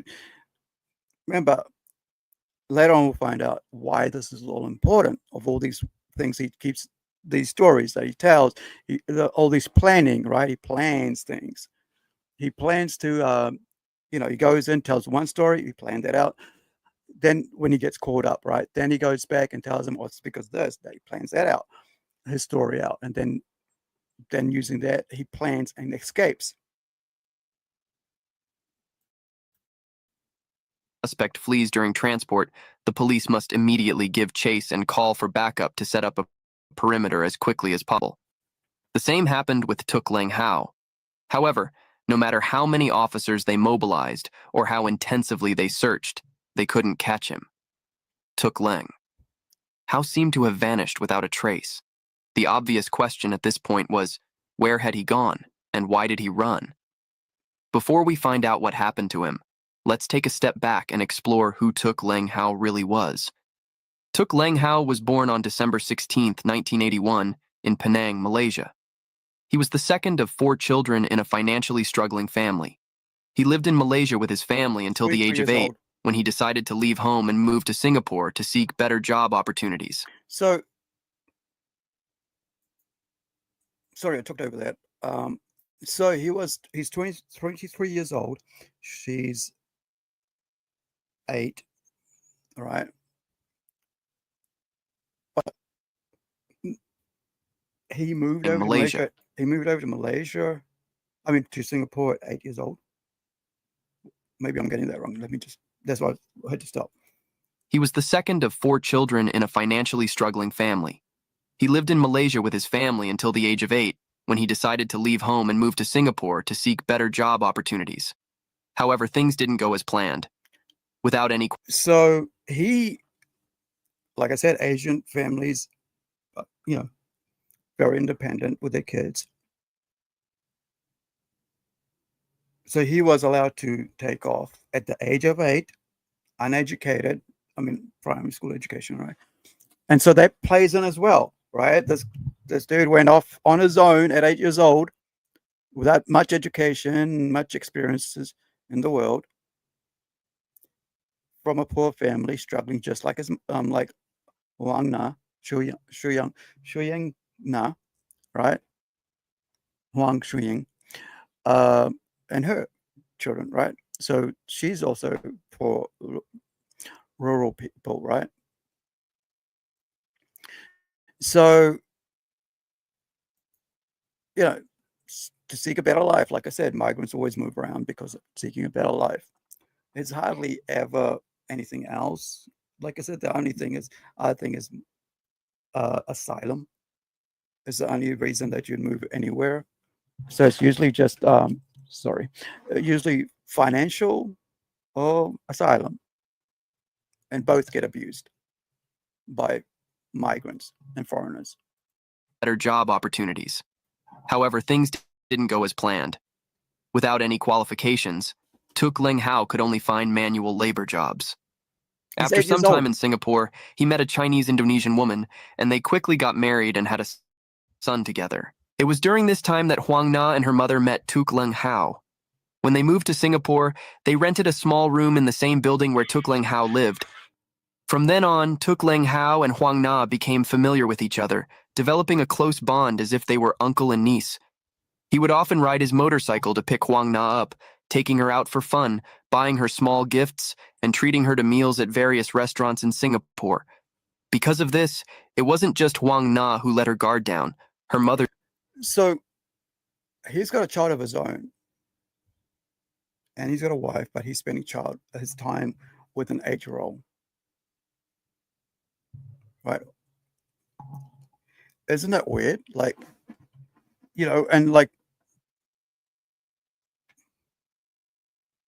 And they like before, we looked at and someone said, isn't that a red flag? Shouldn't that be a red flag? And in a community, like in a short, small communities, you're not really expecting there to be predators there because everybody knows everybody. And especially when they have children, you don't think that they'd behave that way. Or they have a wife or partner. And so you let your guard down, right?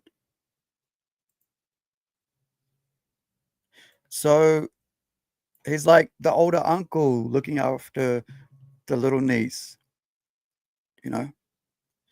He would often ride his motorcycle and have a ride on it as well. So this is all about creating a relationship in a creepy way, premeditated. Remember, this is all going to come up as to like, oh,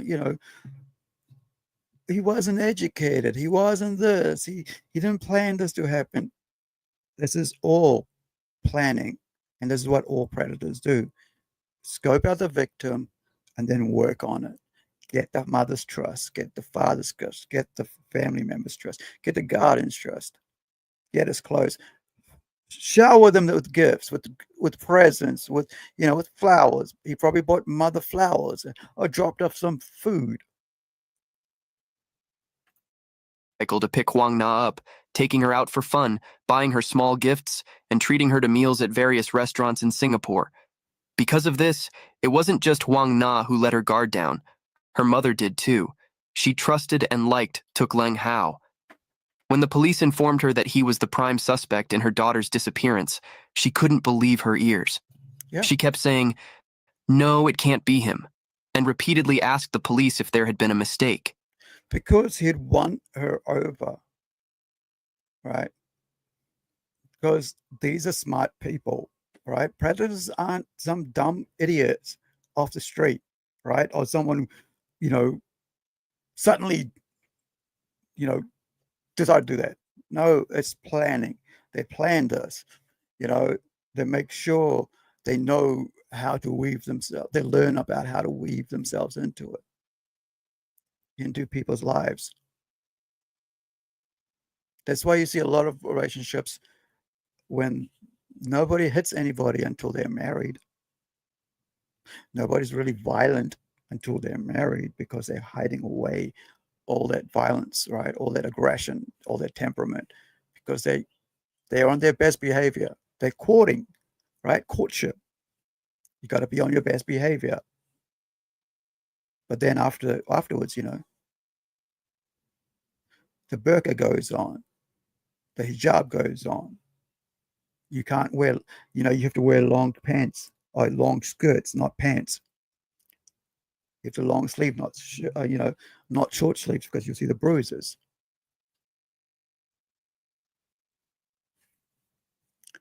But that's why everybody goes, "Oh, he was a nice guy. We never thought this could happen," because it's all premeditated planning to get you on their side, to let your guard down, so that they can pounce like a snake and get it, hooks into you. Thanks. However, the Singapore police were confident in their suspicions. And after Tuk Leng Hao's unexpected escape, their doubts were only further reinforced. Let's take a moment to consider the geography of Singapore at the time of Tuk Leng Hao's escape. Singapore is the smallest country in Southeast Asia, and by land, the only place he could have fled to was Malaysia, his home country. As soon as Tuk Leng Hao's escape was discovered, the Singapore police contacted Malaysian authorities for assistance in tracking him down. The Malaysian police reached out to all of Tuk Leng Hao's family members in Malaysia, including his parents and siblings. Tuk Leng Hao's father, who was 62 years old at the time, told the police very honestly that he had received a phone call from his second son after his escape. In that brief call, Tuk Leng Hao said, "I didn't kidnap Huang Na. I ran away because I couldn't handle the pressure from the police." When the police arrived at their home, even Tuk Leng Hao's older brother couldn't believe his brother was the prime suspect in such a horrific crime. To him, Tuk Leng Hao was a shy person who never even had the nerve to ask for a loan, and he had never been involved in a fight. For someone like that, the idea of kidnapping a child sounded like a far-fetched story. Because you got to lay the plan, right? You got to make sure that you're above suspicion, because you don't want to draw attention to yourself. That's why they always say, like, we never thought he would do such a thing. Like, even they said that, but like mass criminals, right? Like serial killers and all that. We never thought he was the nicest guy. They were a beautiful family. He was a hard worker, because you're leading a double life, right? And because you want to make sure that your true intent toward what isn't showing. And this is all planning. This is all by design, right? As for the Singapore police, they quickly reached out to Tuk Leng Hao's wife, who was still living in Singapore. She provided the police with similar information to what his father had told Malaysian authorities. Tuk Leng Hao had called her as well, insisting he hadn't kidnapped the girl. Laying the plan. However, in his call to his wife, he gave one crucial piece of information. After escaping from the police, he had taken a taxi to the border between Singapore and Malaysia, then continued by bus to Johor, Malaysia. Despite his family's hopes that he would explain what was happening, and even with the cooperation between the two neighboring countries, no further progress seemed to be made. That is, until October 30th, 10 days after his last interrogation and 20 days after the crime, when he voluntarily turned himself into the police in Penang, Malaysia.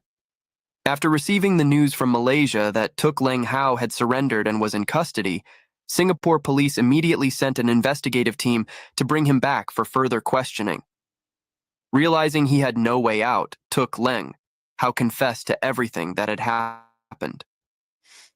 On October 31st, a team of over 20 investigators led Tuk Leng Hao to the location where he claimed he had disposed of Huang Na's body, on a hill in Teluk Blangah Hill Park, just about a 10-minute drive from the wholesale market where her mother worked. After about 30 minutes of searching the area that Tuk Leng Hao had pointed out, officers noticed a foul smell near a withered bush. Upon digging into the shallow soil, they Now, I'm going to leave you guys with that much information about that, because I think, I'd rather you guys choose to view further the links in the chat rather than I put you through it, right? Because it gets crazy as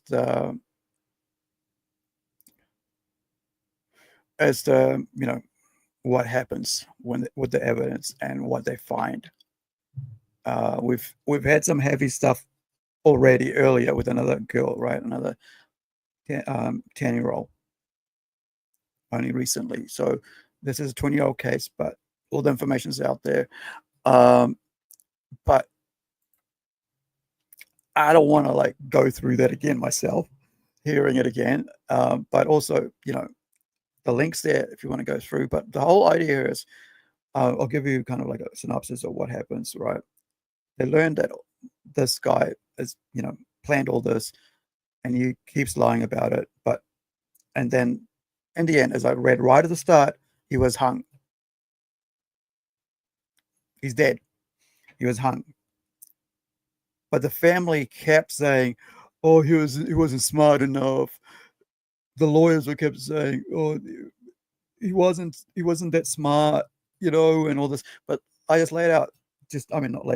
just showed you that all the different things he did in the planning stages, even escaping, right? Calling back his family and telling them, calling his dad. I didn't do it, but I ran away because of this. And his wife, I didn't do it, but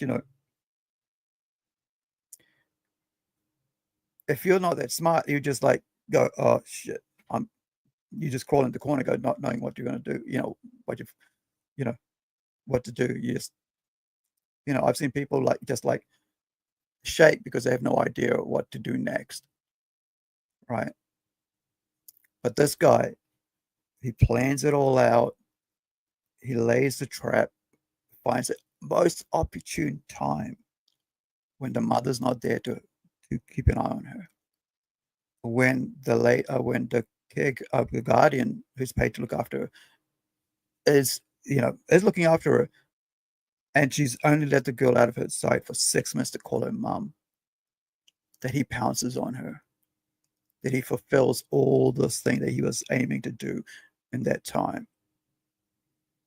He's got this perfect life. He's got, around him. He's got his wife. He's got his child. Family thinks he's good. Everybody thinks he's a great guy because he's looking out.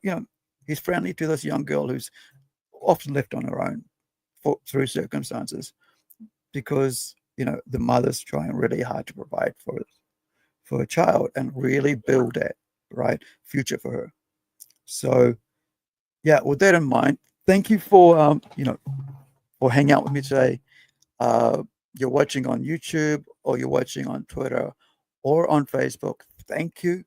I see you guys. Thank you for hanging out with me. Also, if you are on Facebook and YouTube, Twitter, please pop over to my channel on